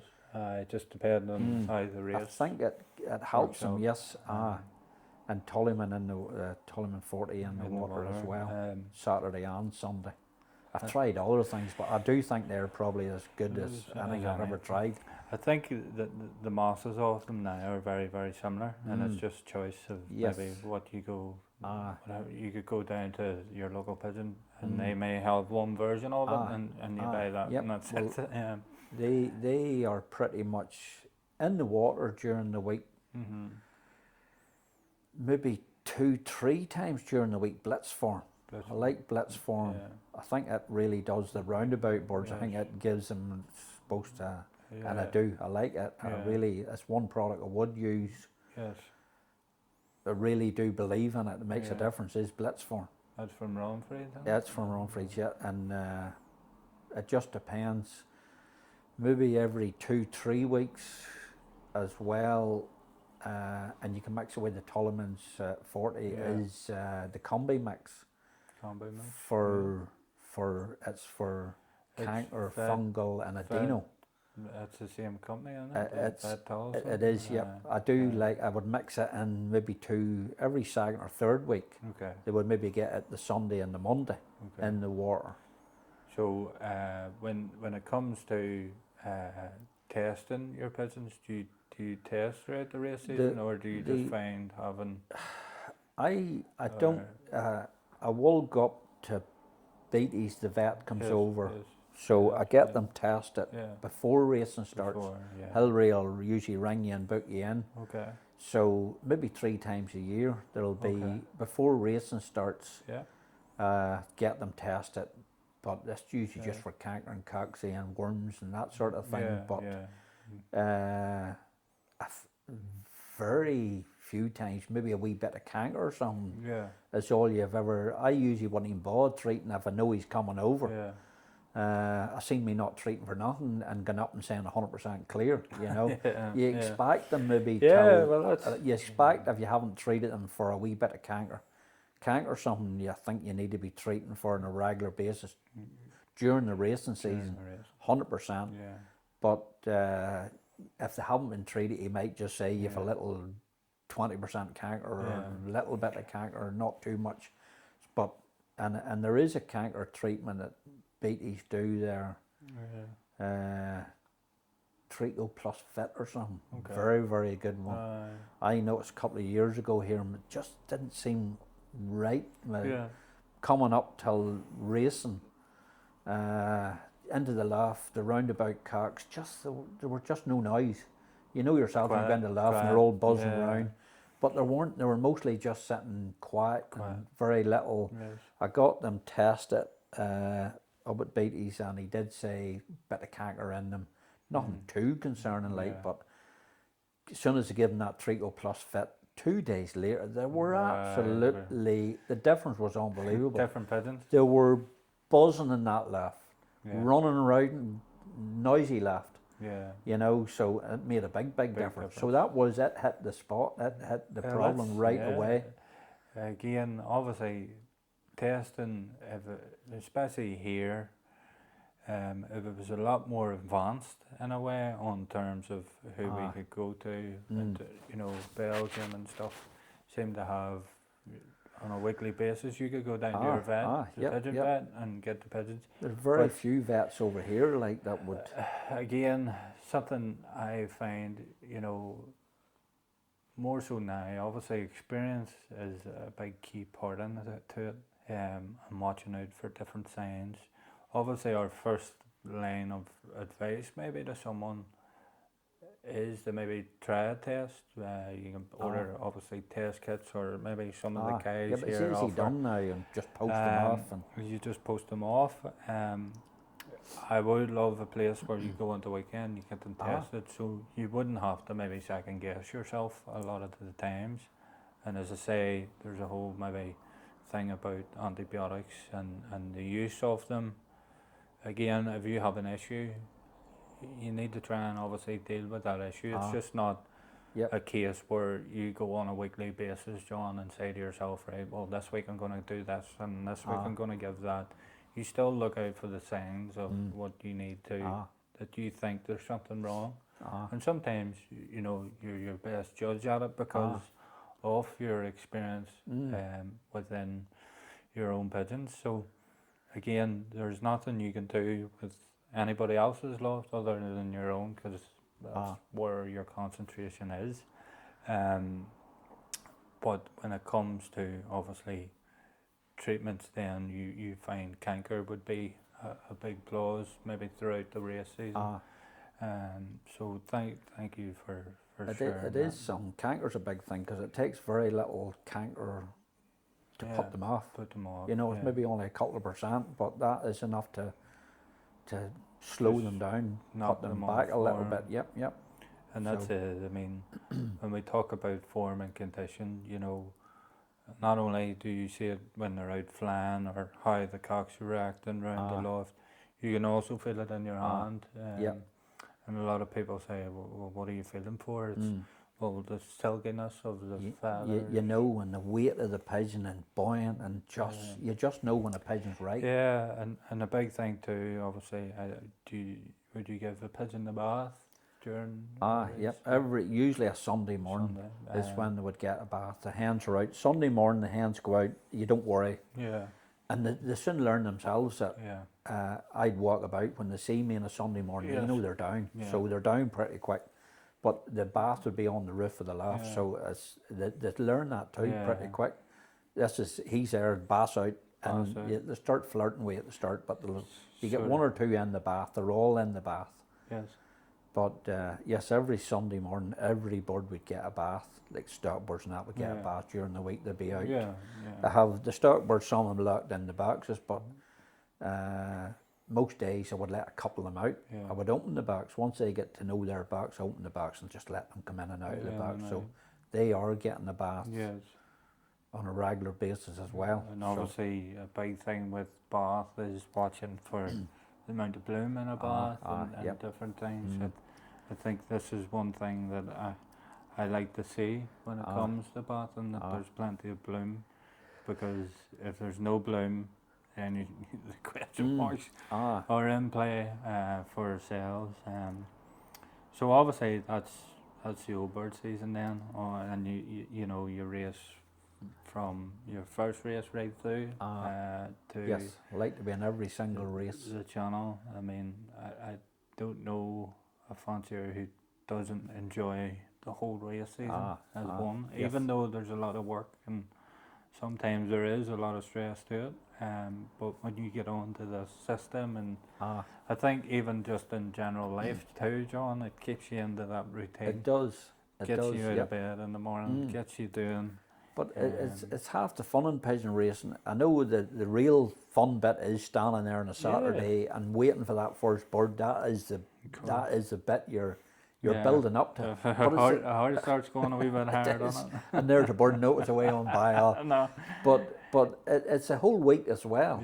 You know, it's a whole build up till that point. So it's a whole week. It's not just about the Saturday. It's about the whole week. Doing it and doing the routine and standing back and looking at the birds and saying, these are looking good. You know, you want to be. It's every day. It's every day of the week. Yes.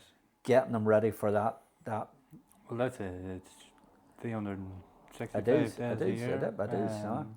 And you know, we talk off this basis of maybe, you know, John is being able to be here on a full-time basis, but something I remember even Dad explaining, even when it was working, as much as it was hard work, you know, trying to get home from work, get pigeons in the hamper, not getting dinner, doing all these things, they were just sacrifices that had to be made in order to try and get the pigeons to a level of fitness and race fit. But he said the importance of what it did do, it kept me so much in a routine. And again, I highlight the importance, especially the way the world is at the minute, you know, keeping yourself in a routine. Even if you are working and you have to schedule and you have to, you know, try and fit the birds in, because the likes of, you know, yourselves or ourselves are able to do it, it only means we can spend a wee bit more time with pigeons. But at the same standpoint, you get pigeons trained well enough and you get them schooled, even if you're having to leave work straight home, take them down the road. It keeps the pigeons in that routine as well. It is. I think it's routine. And, you know, from that then come race days, you know, your pigeons will then show you. And it mightn't happen straight away, but with us and the way we race here, you know, our races go up in mileage every week. You're not just set in one mileage zone and that's it. Our mileage just creeps up. So it's a big thing. I find routine, you know. It is definitely routine. And if you're looking at it during the week, you're always looking ahead for Saturday and see what the wind's going to be like and what is we going to get a good day or not. But especially me now when I'm doing the race control, you'll need to be looking ahead. But if you're looking ahead and you see, well, in here we need west, northwest, some sort of wind like that. yeah. Well, that gives you a wee bit of a lift too. We've got a Course, chance here, so course, you course. do try to make Course. sure that you've got everything ticked. Yeah. I've done everything I can, so it's that when Saturday morning comes, that I'm in with a chance. Yeah. You know, so Well, that's it. I mean, that's the whole purpose of your it is. week, It is. I mean, with obviously the added pressure of race controller and stuff and trying to make them decisions. What I will say is you probably don't have too much of a problem seeing the weather from the big TV here. Yeah. I know you can go on YouTube again, there now and it gives you all, there's some brilliant weather look, updates there. sometimes The Met even Office. from the standpoint of what you're watching, I've done it plenty of times ourselves, John. We're watching weather apps and we're watching this come a race day. You're not getting much showing you on a weather app, and you know, obviously you've got the right context. There's your Yes. pigeon products. You know, get the right context on board that, you know, give you the line of flight and what it's looking at is a big help. But a lot of people don't realise about a Saturday morning being the race controller. There's not just you racing. It's not just East Down Combines, the Ulster Fed, there's the NIPAs, Irish South Road Fed, there's the East Coast Fed, there's a lot of, and you know, you don't want to be clashing.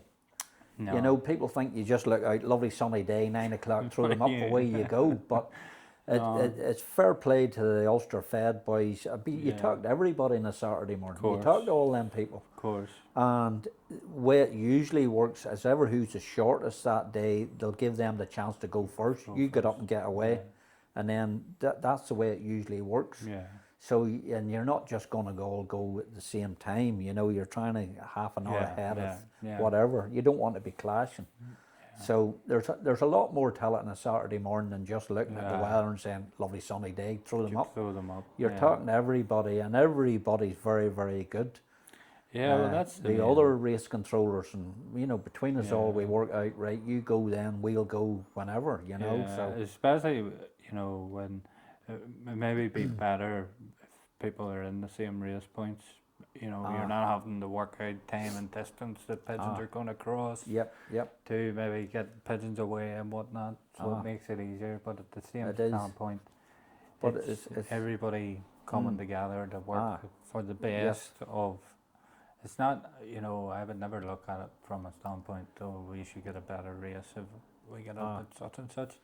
It's just a willingness to try and work. So, as you say, you know, you're not just out there, you've maybe 100 members to look out for too in their birds. But there is, and but the other race controllers, like, they've all been doing the same job too, and they're all looking at the weather and they're saying this is happening, or there's fog or whatever. And so and that's, you know, especially the way our layout is, it's just not flat.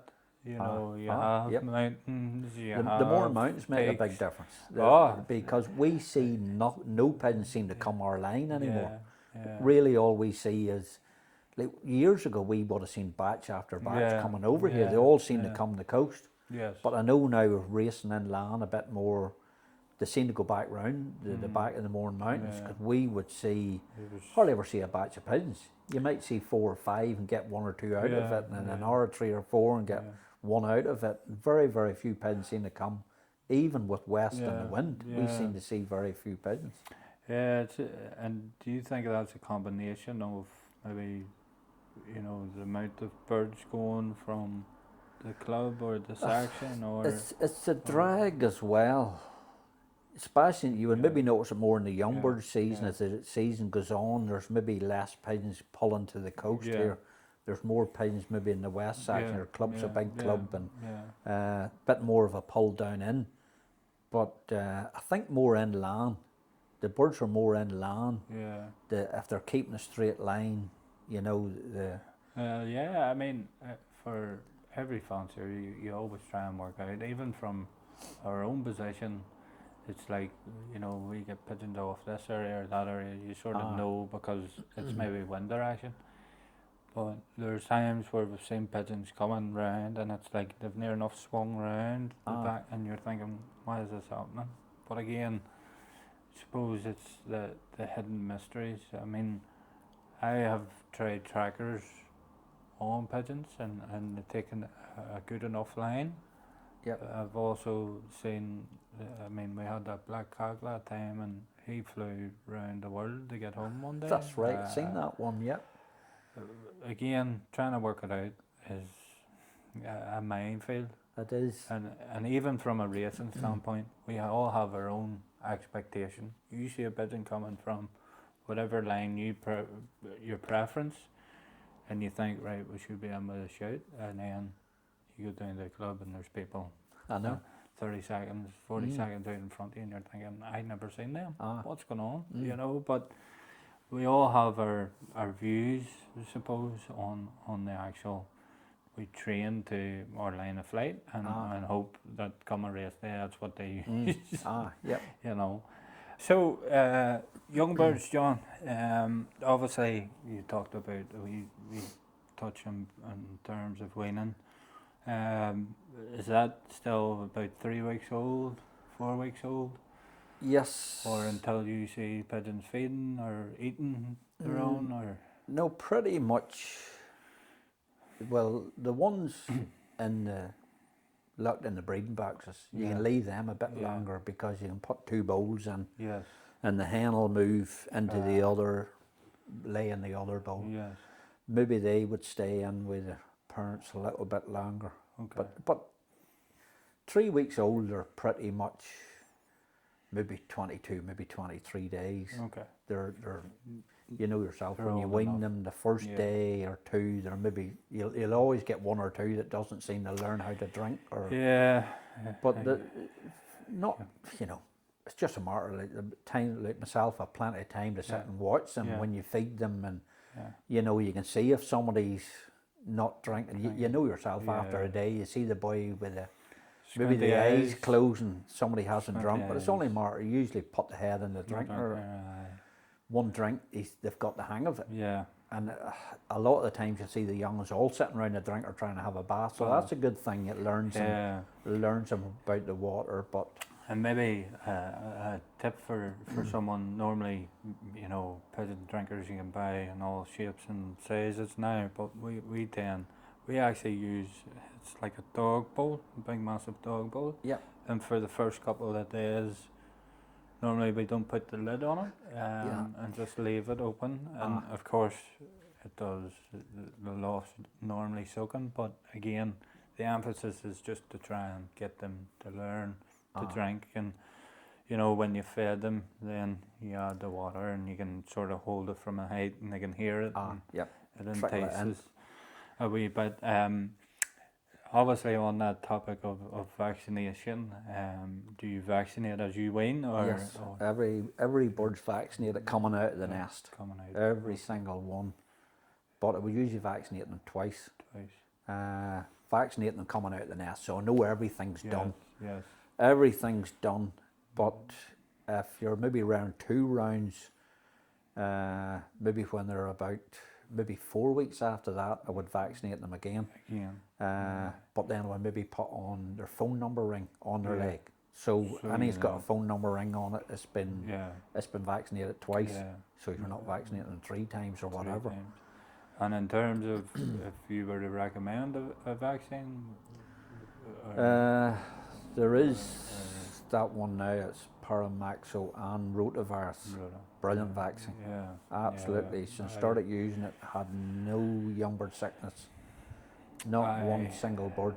Have touched on the topic just in my own videos about that vaccine. It seems to have been a lifesaver in terms of overall young bird sickness. It's not to say you would never get any pigeons going a wee bit backwards or suffering with different bacterial issues, but the most I've found, I've yet to have a pigeon die on me because same myself. Because of that, so very useful information if it comes to starting your journey in pigeons. 100%. Is the key thing is to make sure they're vaccinated. I have had incidents where people phone, probably like yourself, you know, birds are sick and this has happened, and and you know, unfortunately, maybe the person has got the pigeons and they're not vaccinated. So when you have your youngsters, then are you get them out straight away, or as quick as Straight away. possible? As soon as my young'uns are fit to fly to the perch, Yes. they're sectioning there. It's Jeff Greenaway traps again, Yeah. but the flap that folds down, I put 2 wee chains on it, so it stays out flat, Level. and I put a board on it. Yeah. So they'll just walk in and out and in and Yeah. out, and then they'll eventually fly up onto the landing board and onto the roof.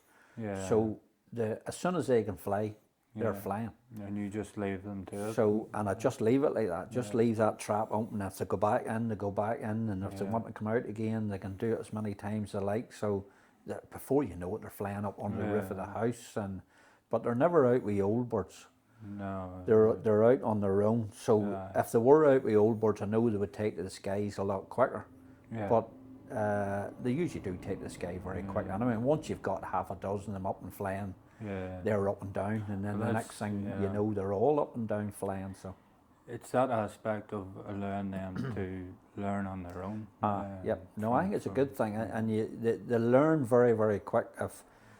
If the sparrowhawk's about, the starlings, everything takes to the skies here. You know when there's a sparrowhawk about. As soon as everything takes, you'll see them all rushing in again. Yeah. They learn that very, very quick. Yeah, well, it's something we struggle with, especially at the early start of the year before the sparrowhawk hen goes to nest. You're more susceptible. Yes, same of here. maybe strikes Same and here. Stuff, which March, April time, you'll have a lot of bother with the sparrowhawk. It doesn't do the nerves any good, to be honest. Because And they always seem to get a good enough to get one. especially when it comes to just trying to settle. You know, the last thing you want is, you know, young'uns getting out for the first time, and obviously winning your first round, you know, you're maybe 20 or so in that round, and then you maybe 1 or 2 having to go in a wee bit later, and then your second round is probably steady. So there's always maybe a constant flow of new young'uns going in. So, you know, the last thing you want is for them to come out in their first experiences trying to be killed. So it's more obviously the settling side. Do you race under darkness, or is it? Yes, everything was natural? on the darkness. I usually middle of March, put them on to the darkness until the 21st of June, the longest day. That's when they usually come off it. Yeah. And by that stage, then obviously pigeons go through that initial body molt. Are you worried about flying at that stage, or is it really until after the darkness is finished? No, they're out. They're out every day. There's a decent day, they're out. Yeah. You know, don't see much problem with them. You know, they do. Yeah. You know yourself, you're going to the lofts full of feathers, like, but no, I'd have them out every day. If it's a good enough day, they go out, you know. Yeah. So, but would you say up the ante? Maybe you talked about using the flag when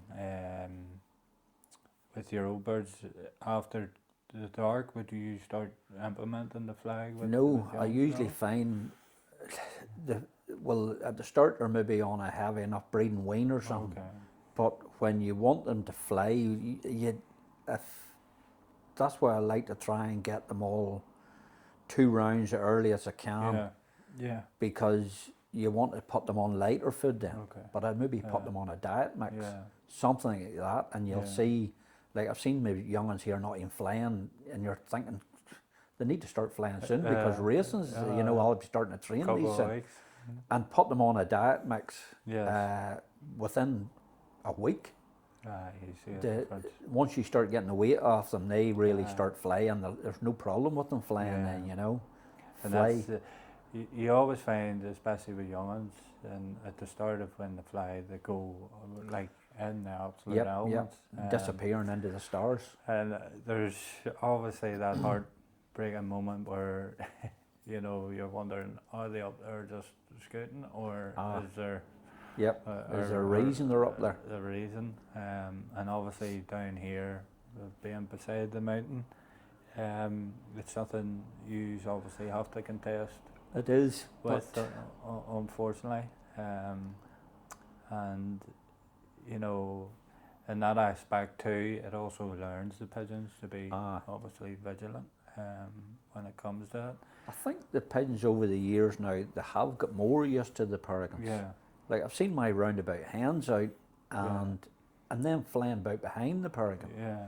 You know, and years ago I would have seen if a peregrine turned up, they just went everywhere. And they were diving for cover and hiding and panicking, and then you would see them sitting in the corner panting like mad. They were that nervous. But now they don't seem to be near as afraid. Like, I think there's that many of them. Yeah, it's like the suppose the involving of pigeons as such. You know, I always found, you know, when pigeons they get as close as possible so that they can't dive and they can't be caught from, you know, a high velocity attack the way normally peregrines would hunt. But again, I suppose it's part and parcel of racing, unfortunately. And I think it's too. If there's only one peregrine, they can deal with it pretty good. When I've seen them really panicking, if there's two peregrines, because the peregrine hunting a pack, there's usually one will stay above them, and the other one will come skipping up. And that's what really panics them. I experienced that. Suppose this year with training youngsters, obviously they took that fat eye and I had to stop, and then when we got my first toss again, led them up and wondered why they were sort of, I give them grace because they started circling, but I didn't realise there was a peregrine. And the worst about it was there was two I seen, and I think it had a young at that time of the year. So what I seen was, it looked like the cock because the hen came over the top of my head and it was massive. It's usually the cock. And again, I was trying to drive the pigeons up while you know, the cock peregrine was coming down. But as much as I panicked and went, my dad, he thought I was in a fight. But it was marvellous watching these things. You know, acrobatics in the sky was unbelievable. No, I watched them here putting the pigeons up and up and up and up, and then all of a sudden diving. But one-on-one, a pigeon can deal with the peregrine. Absolutely. As long as they can see the peregrine. A lot of the time, I think it is when they don't see the peregrine coming, and he just comes up behind them and bang. But if they get to see the peregrine, a peregrine can struggle to get one. Again, I suppose it mutters down to a pigeon being fit and not heavy and whatnot. That is the worst time of year when they haven't been out during the winter, your pigeons, and they're not fit. It takes them a while to get fit, and they're slow when you see them plodding about. They're easy targets. Well, that's but once they get fit, the pigeons themselves can deal with the peregrine pretty well. You know, so I think on a regular basis, coming home most Saturdays, you know, there's a lot of times they get hit and they just deal with it. Just once, but maybe two, three times. A lot of times, I think the worst time is if they get liberated and get hit, they scatter. They maybe go all over the place in different directions. Well, you've probably seen liberations before where pigeons have hung about, and then you see the groups splitting off. And suppose it's just a survival of the fittest. It is. And hopefully your pigeon just doesn't worry about it and you gets do away and all. See with the trackers now how many times that they go down, and they're usually. I think no matter what now, John, any tracker I've witnessed, usually the guys have a couple on different pigeons, and without fail there's at least one of them pigeons that went down for maybe an hour, 2 hours, 3 hours. And that's just on one pigeon. You know, God knows. You know, and he's not on his own. No, I don't. But just going back, obviously you have them on the darkness, so you see them flying well. Do you say an hour? If they're flying well for an hour, then you start looking at training, or do you have a set time, like 4 weeks before race one? They must be in a basket. Yes. Usually well, no later than 3 weeks before the first race, but Yeah. usually about 4 weeks before the first race, depending on the weather. Usually that time of year is Yeah. not too bad. It's okay. So, We're but the in- same again, I would go straight out to Cranfield. I've seen me taking them out the road here, Aye. only a mile, Yes. and them taking an hour and a half coming home. Oh, I know. And you know, what? How did that happen, you know? And then been Been flying there. really well round the Yeah. house. And then, Yes. but so I just go straight out to Cranfield. And usually, I think last year, first time I took them out to Cranfield, back in maybe how long ago it takes coming Yeah. home. The time I got home, they're all home. And this year, I know when the first time I took them out to Cranfield, when I got home, there was 2 flying around the house, and I thought, oh, this is not good. But within about 5 minutes, they were nearly all home. But I think there was maybe about 10 that weren't home in the main batch, but they all worked in within about an hour. And usually once you get that first toss over them, I would take them out to Cranfield every day I can. For a week, say maybe twice a week. I might take them out in the morning and I might take them out in the evening. Yeah. But same again, Patty Brown would train our birds, especially our young birds. But he mightn't start till about a week maybe before the first race. Yeah. So I would maybe take them on down to Annagas and myself. Mm-hmm. But I would only let them go maybe a hamper at a time. Yeah. Takes a bit of time, but if they get hit, at least they're not all getting hit. So take them a hamper at a time, let them wait till that hamper clears, and then let another hamper out, and then you know, so so maybe down there a few times. But as soon as transporter's going, they're straight on the transporter. You go for And transport. good to get them mixed up. Yeah, I think in terms of the experience side of it, it's definitely very beneficial for young'uns. It is. You know, getting on to maybe what's expected, you know, and It is. their expectations of it, from that nature. And obviously, going back to maybe the systems, do you have a young bird system? Do you split or do you just leave This them? year I did. Once the old bird racing was over, the main roundabout section there, I put in 20 cocks and 20 hens, young birds on roundabout. Yes. I'd never ever raced them on roundabout before, to see how it went. Yeah. They were better than the main darty ones. You were getting usually a few of them home before the other ones were home. And probably nearly every week it was the roundabout young birds that were home before the other left. They were on darkness and they weren't split or nothing. They just raced in there. And that's the way I would usually do it. I would usually just leave them all together. And they're in peephole boxes in there and put nest bowls and all in, some were in eggs and all that sort of thing. But the ones on roundabout this year did race better. Any winners, I think, were all in that roundabout loft. Yep. Well, that's again a good insight for your own. They weren't brilliant, but it's if you look at your own percentages of your own loft. But you know, try to learn from this year, and maybe next year it'll maybe be a bit better. So, well, that's it. but I do think racing any sort of pigeon now, you need it on some sort of system. You know yourself, even young birds now, the boys that are doing well are nearly all on a system. I listen, and I've tried to go in depth with things when it comes to celibate racing, and my own preference on it, John, is I find it very hard to understand because for a pigeon to get out of a hamper and the only place it's looking is the route home into that trap, I think you generally need it motivated to something. Now, certainly, as you say, you get pigeons and you get them that tame that they're so used to you.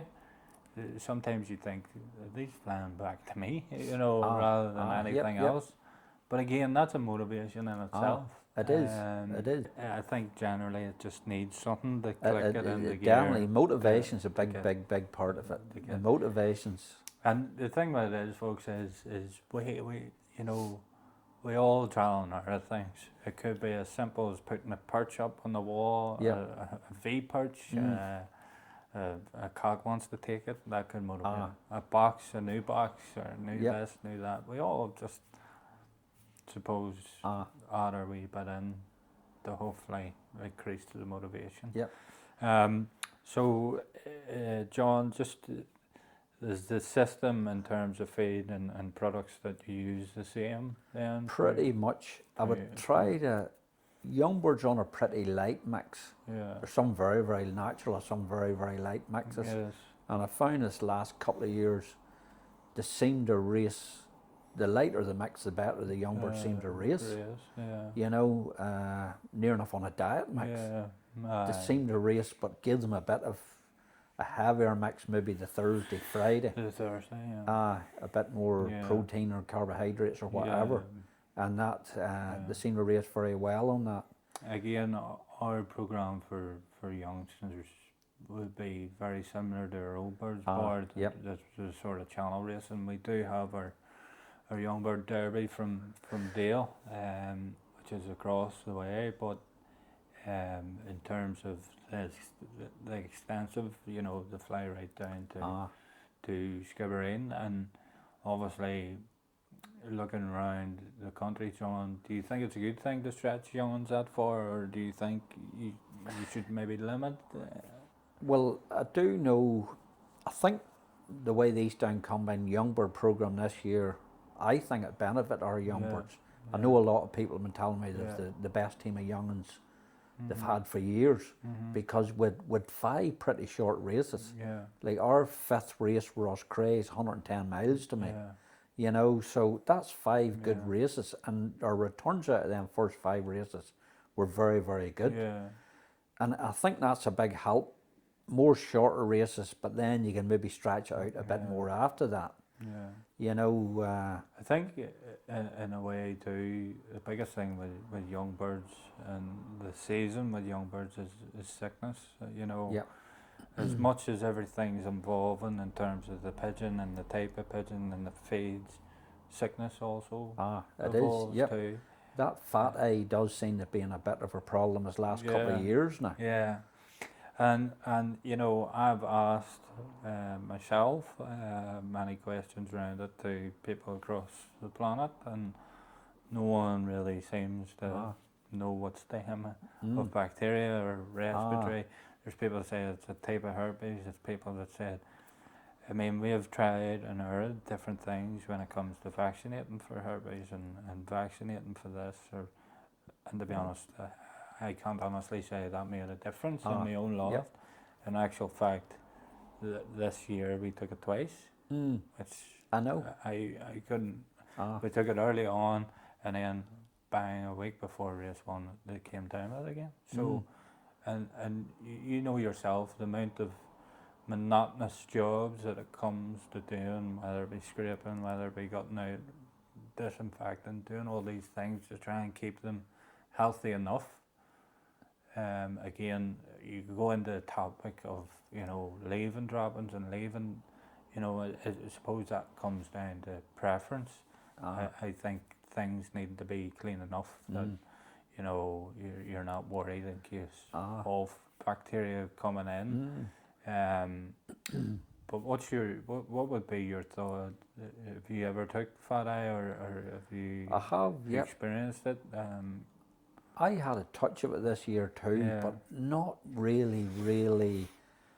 The ones that were on roundabout, I don't think any single one of them, because they were in a different loft. I don't think maybe one had it in there. But that was it, and it was in the other main loft, the young ones.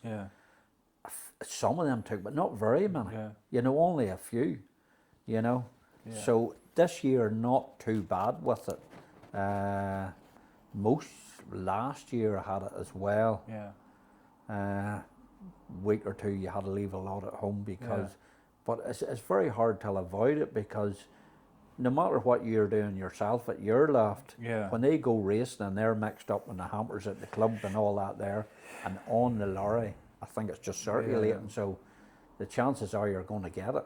Yeah, well that's it. It's sort of in a way non-avoidable as such. It's something like, you know, maybe, as you say, is there anything that we can give them to stop us from getting it? You know, there is plenty of vaccines for. Well, that's the thing. I mean, but even do the work. when you look round, it's sort of what is actually licensed on top of that Yep. for here to use. It's a big thing.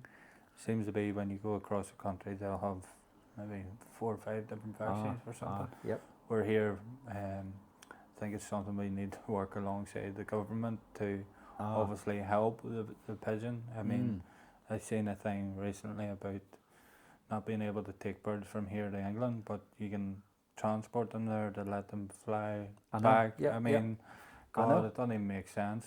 It doesn't. But And then again, it's like everything seems to be stemming point where vets are sort of holding on to the market, and then you're sort of have to pay that, which I don't think is right either. I think they are looking at it at the minute, aren't they, trying to get something changed? Yeah, I think from the transporting aspect, it definitely needs looked at. I mean, you can't put birds on a transport, thousands of pigeons, to transport them over to let them fly back to here. Yes. And they could stop off anywhere and whatever, but end up anywhere. you can't physically put pigeons in your car and take them over because you're stopped. I know. I know. It's I suppose one of them political things that you could go into depth with. But it's a stupid thing. It should be easy fixed. So, John, in terms of your young birds, then after you fill your season, do you ever look at stopping young birds for stock, or do you just race them right through until maybe yearlings and 2-year-olds? No, pretty much race them, keep them going. I would race, like I've opened winners and I've lost open winners, and just keep them going, you know. There's an odd one. I stopped a couple last year. The cock that was sagging North Saxon out of Skibbereen in the National Flying Club. Stopped him. He was sagging open for Moy, but a really consistent pigeon, and he's looked revert, and he's related as well till his grandsire's a pigeon that come from Kevin and Chrissy that they've got back now. He's a half broad, a dark cloud of Vaughan Marquis. Okay. So that breeding is very good breeding. So I stopped him for stock. A 2-year-old, but he was so consistent, such a consistent pigeon. And I stopped the wee hen. She was 9th open in the Yearling National. I stopped her after a yearling, really to breed to him, because they're both related. But she was a super racing wee hen. Okay. She won Dale in the club here. She was 7th East Saxon that day. She won McCrim in the club the next week. She was 2nd East Saxon, 7th open. She flew that disaster Skibbereen. First race the next year, she was 5th open out at Tullamore. She was 9th open out of the Yearling National, and she flew the Yearling National as if she wasn't out of the loft. Wouldn't even knew she was away. Like for a look revert pigeon flying Penzance. So I was saying, this is a super wee pigeon here, you know. So I stopped her, but not very often I would stop a pigeon, even open winners or not. If open winner's still there, 3-year-old that won it his yearlings, that was still racing, you know. So, and that's the thing, is you're not basing it under, well, I suppose when you look at it, but the pigeon itself is consistent enough. Consistent. You I know, would far rather a consistent pigeon scoring regular in the open regular than a pigeon that has won the open once, you know, and done nothing else. So no, open winners, they just keep going. Usually keep going till they get lost. That's what happens. But we always say it's one race too much, you know, from the standpoint of. I do think if you've got their parents, if the open winner, you know, they're the pigeon that bred the open winner, and there's no guarantee you stop an open winner, he's going to start breeding you good pigeons, you know. So. Well, that's it. I mean, it's always that guessing game of, is it going to be? It is. The children or the grandchildren that's going to breed or race well to then stop in an open winner? Is it going to breed well? Well, I do have this year now. I'm going to have pigeons racing there at 5 years old. and been very, very, really consistent pigeons every year. You know, scoring in the open and lots of club possession and all that. You know, maybe when they get to that age, you think maybe it's time to start. Again, it sort of stems part to, you know, when you do get maybe some races that are growlers or turn out a bit of, they're the pigeons you're going to get. That's because right. the experience behind them. Yes. I mean, obviously, when you look through results and stuff, you know, you're always looking at years of pigeons, you know, and I think people always, maybe years ago, pigeons would have been raced, God, 8-year-olds and whatnot, where now it's not really a thing that maybe people would do, but I mean, even Mark, I think Mark has an open winner there, it was a 5-year-old. You know, so yes. Again, it just comes down to preference. I find anyway, it's what you're willing to do and sacrifice yourself. If a pigeon's proven itself to get to a stock loft, then so be it. So, John, I think we've covered the basis of a lot of things when it comes to your own system and the way you do things, and I do hope people do take some of the information and maybe implement it. And you know, John was saying to me there that, like, if anybody's struggling or maybe needs some advice, you know, he's very willing to help and give his honest opinion on the thing. So I'm sure he's contactable through Facebook and stuff. And he's very much willing. Just to highlight, have you got anything that does stick out for you in terms of your racing, like any memorable race that you can always remember and think, you have a few years to get through? Go back. No, there's some brilliant ones, but some brilliant races over the years. One that always sticks in my mind is when Claire, my wee daughter, was racing with me. Claire was maybe only about 10 at the time, and she had this fancy red pied. It was called Denise. And it's a whole story about it. His father was called Dennis because a wee girl next door picked this pigeon out, and he was fancy red pied, but real good. He was 10th open out of Lambala, I think. I was second open that day, but he was 10th. Really, really good pigeon on the channel.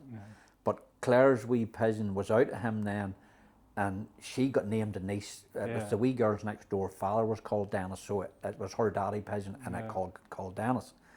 But then, so Dennis had a fancy red pied. It was paired up to a daughter or a black pied hen of Davy Black's.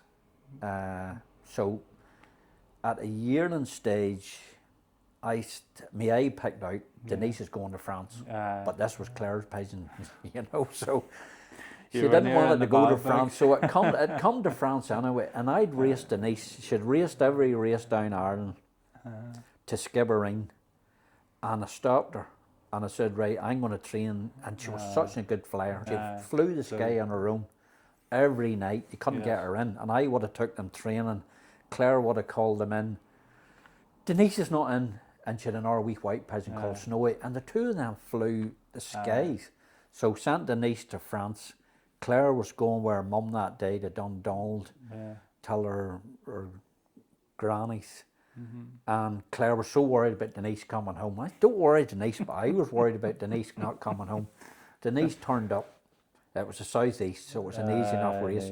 But Denise turned up, and she was 7th open out of St Malo.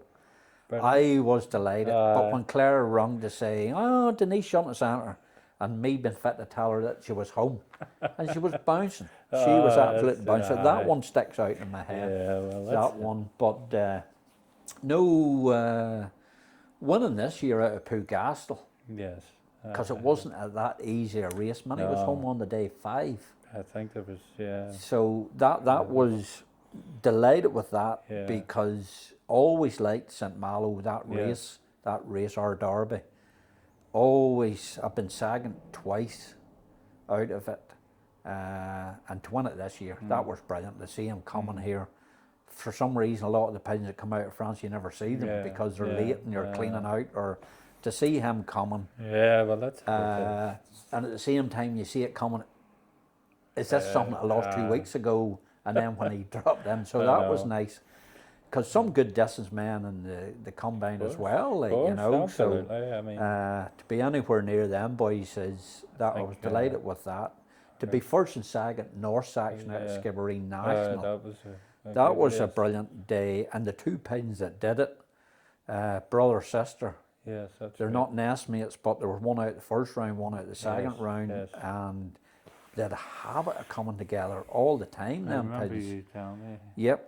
Last And year, when they did do it, they're from a cock that come from Ian Gibbs, and I was always saying to him, you know, them two scored this week again, and they've come together. Yes. And then when Ian heard, he rung me and he says, hey, you're in well today. And I said, yep, two come together. He says, not them two. And I said, was them two. You know, unbelievable how many times they come together. So that was a nice one. That was brilliant, because it's not very often. Well, Skibbereen were well measured out of national, but when you go across the channel, we're so badly measured. Yeah. There was a little hen last year that was 9th opening in the Yearling National, 7th North Saxon, and I only fly 274 miles out of Penzance.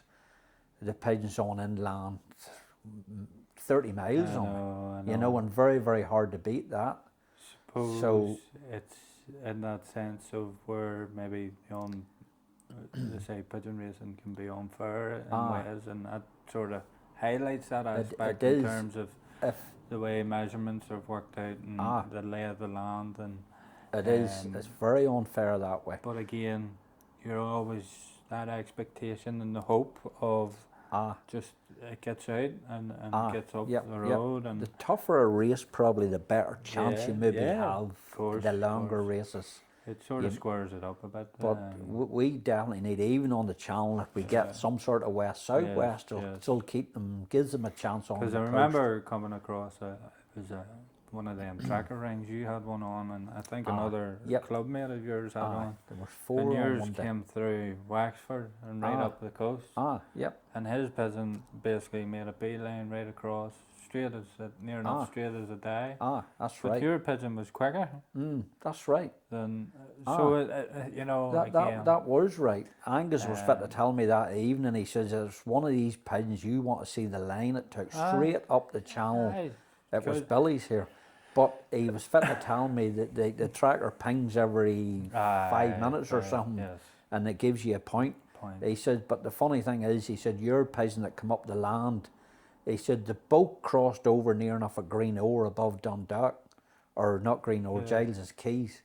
But he said your pigeon was 2 minutes ahead of Billy's, even though his went straight up the channel. So that's hard to understand. That it is. I mean, again, when you talk about batches of pigeons, and you know, in your own mind, you think a batch would sort of stick together, and then eventually start breaking off. But I think that day too, Billy's pigeon that was straight up the channel was probably worth other pigeons, because when his pigeons come in, it headed up near Newry.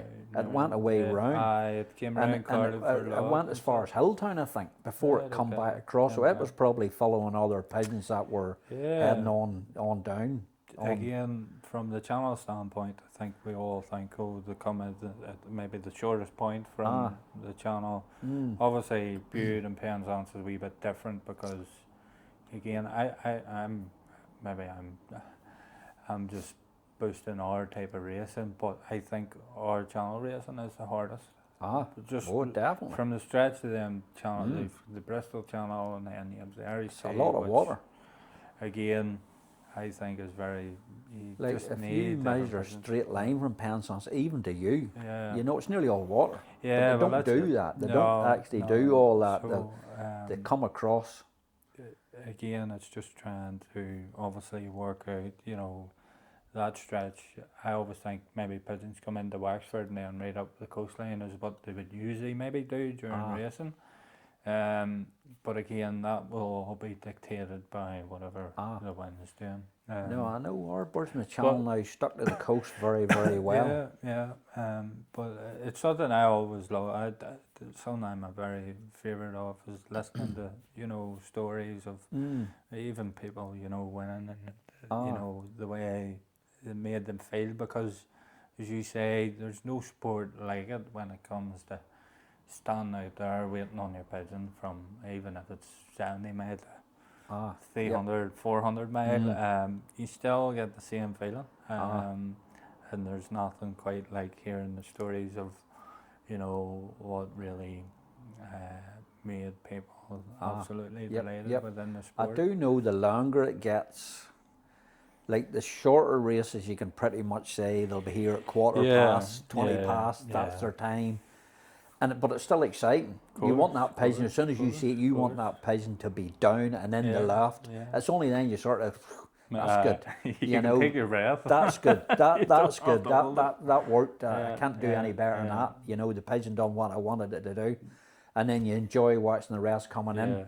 But I do know experience, like when it comes to racing out of France, there's been so many years you wait it and wait it and wait it, and then even maybe the second day, it's funny, there's loads of pigeons in, but maybe the position's not all filled, and then one turns up, and you still get that, you're still over the moon to get that down pigeon. that road with a tap. Yeah, so pleased to get that pigeon, you know, so. And that's it, like. So very good to hear, obviously, you know, some highlights throughout your career, John. Just before we finish, is there anything maybe you want to recommend to maybe someone who's starting out, or even for the experienced fanciers? Have you anything you would like to add, or tips, maybe something you find important? Well, there is the basics of pigeon racing, like I do think it's routine is a big keep them on the same routine. If you're letting them out, I know at the start of the year I'm getting earlier and earlier and earlier, but it's only a few minutes every day really, you know, so they know as soon as it's daylight they're near enough getting out, they're on the same routine. I think it's very important to stick to the same routine. Try and get as best of pigeons as you can, and it's not hard to get good pigeons now. There's a lot of good pigeon men about, and I've given winners away. Tell people, saying, you know, that'll maybe do you a turn. Maybe too many stock pigeons myself, instead of putting it to stock. See, maybe, and what I would usually say, if it does you any good and breeds you anything good, rear me one out of it. You know, so you're not really, you know, you're always trying to help. So, but keep them healthy, keep them fit. I think everybody's looking for a secret answer, and I think it's hard work. The harder you work, the better they race. So that's what you see. The boys that's all at the top and doing all the winning, they're not just, it's not luck. No. You know what, it's not just good birds, it's them men putting in the hard work. Well, that's it. You have to put in the hard work. The more you put in, the more you get out. Simple as that. You know, and don't, when you're standing there on a Saturday morning, you want to be standing there thinking, have I done everything to try and win this race? That's what you're trying to do. Of course. You know? I mean, you're giving them the ammunition that they need to hopefully come a race day, everything's firing and you're good to go. So. Get yourself a system. Get yourself a system. And we all make mistakes. I make mistakes every single year, and I think at the end of the year, shouldn't have done this and I shouldn't have done that. But as far as I'm concerned, when you make a mistake, you've learned from it. Don't do it again. That'll not happen next year. Try to move on. You know, so hopefully you're a bit better next year. But don't be afraid to try systems, and if it doesn't work, just sit down and have another look at it. That's it. Try and to even learn. Within that system, you need to jostle a couple of things You in order need to your pigeons on a system. That's probably one of the biggest things. I think roundabout's the easiest system. You're racing your cocks and your hens. With the hens, for me, I think it's very important that they're locked in their boxes, Yeah, that they're yeah. not mixing with each other. And that's what motivates them, I think, more than anything, is They're near enough. keeping them separated, totally separated from anything else. Well, when they're out and flying Yeah, about and they're yeah. down getting fed, but most of the day they're in their box all on their Yeah. own. And even it's me that motivates them, just Yeah. being in and talking, tell them to Yeah. get all excited. And it's probably the one thing I would say is if you're racing roundabout, lock the hands in. Yeah. Keep the hands locked in. It's a wee bit more work, but if you've got the time, it's simple. It's simple. And I think the hands race far, far better when they're locked in their boxes. It's a big help. And I do think if a hen's motivated, she motivates the cockbirds. Yeah. And that's what makes them, it's a hen the hens are the most important ones, I think. Hens, if you can get the hens motivated, they're that motivated, they just motivate the cockbirds. Yeah. And that's what helps They're the cockbirds. a bigger part. It's for me, it's hens. Most hens. I think if I get a cock home on Saturday before I get a hen home, he's a good one. Yeah. He's not going to be far away because Yeah. it's nearly always hens that I Yes. get home first. I know this year I won the section out of, I don't know what Ross Cray was it? I'm not sure. Might have been Kilbegan or I think it was Ross Cray. I'm not sure. That was a cock. I see him again. A couple of weeks later, I won the section again, and that was a cock. Yeah. If you get a cock home before the hens, he's usually very good. Yeah. Yeah. No, I would agree with you. So, John, thanks very much. You're very really welcome. Do appreciate I hope your honesty. something will help somebody somewhere. Well, as I say, any bit of information is good information, as I always say. And, you know, maybe someone now is sitting trying to jostle down some ideas, and you've maybe just put some new ideas into the mind frame. And There's some people maybe don't win that very often, but if you are getting an odd win, just you keep working at it, and you will. And for them people to win a race, it's you know, if you're winning regular, if you're winning every 3 or 4 weeks, you're winning 1 or 2 of them races. But for somebody to win once or twice a year, you know, that's fantastic for them. They're delighted. Absolutely, look, it makes their to win year. that. It does. It makes their year, you know. So that's what it's all about. keep working at it and keep putting the effort. And if you keep putting the effort in, and don't be afraid to ask people. A lot of people wouldn't tell you nothing. I just feed and water, and then that's it. To go racing and the win. But we all know that's you have to put a lot of effort in. Like there is, and there's many roads to Rome, as the famous saying said, and as it just stems back. You get your system in place before the racing starts, and just stick with it, and see how it goes. Yes. If it doesn't work, it doesn't work, and you work for next year.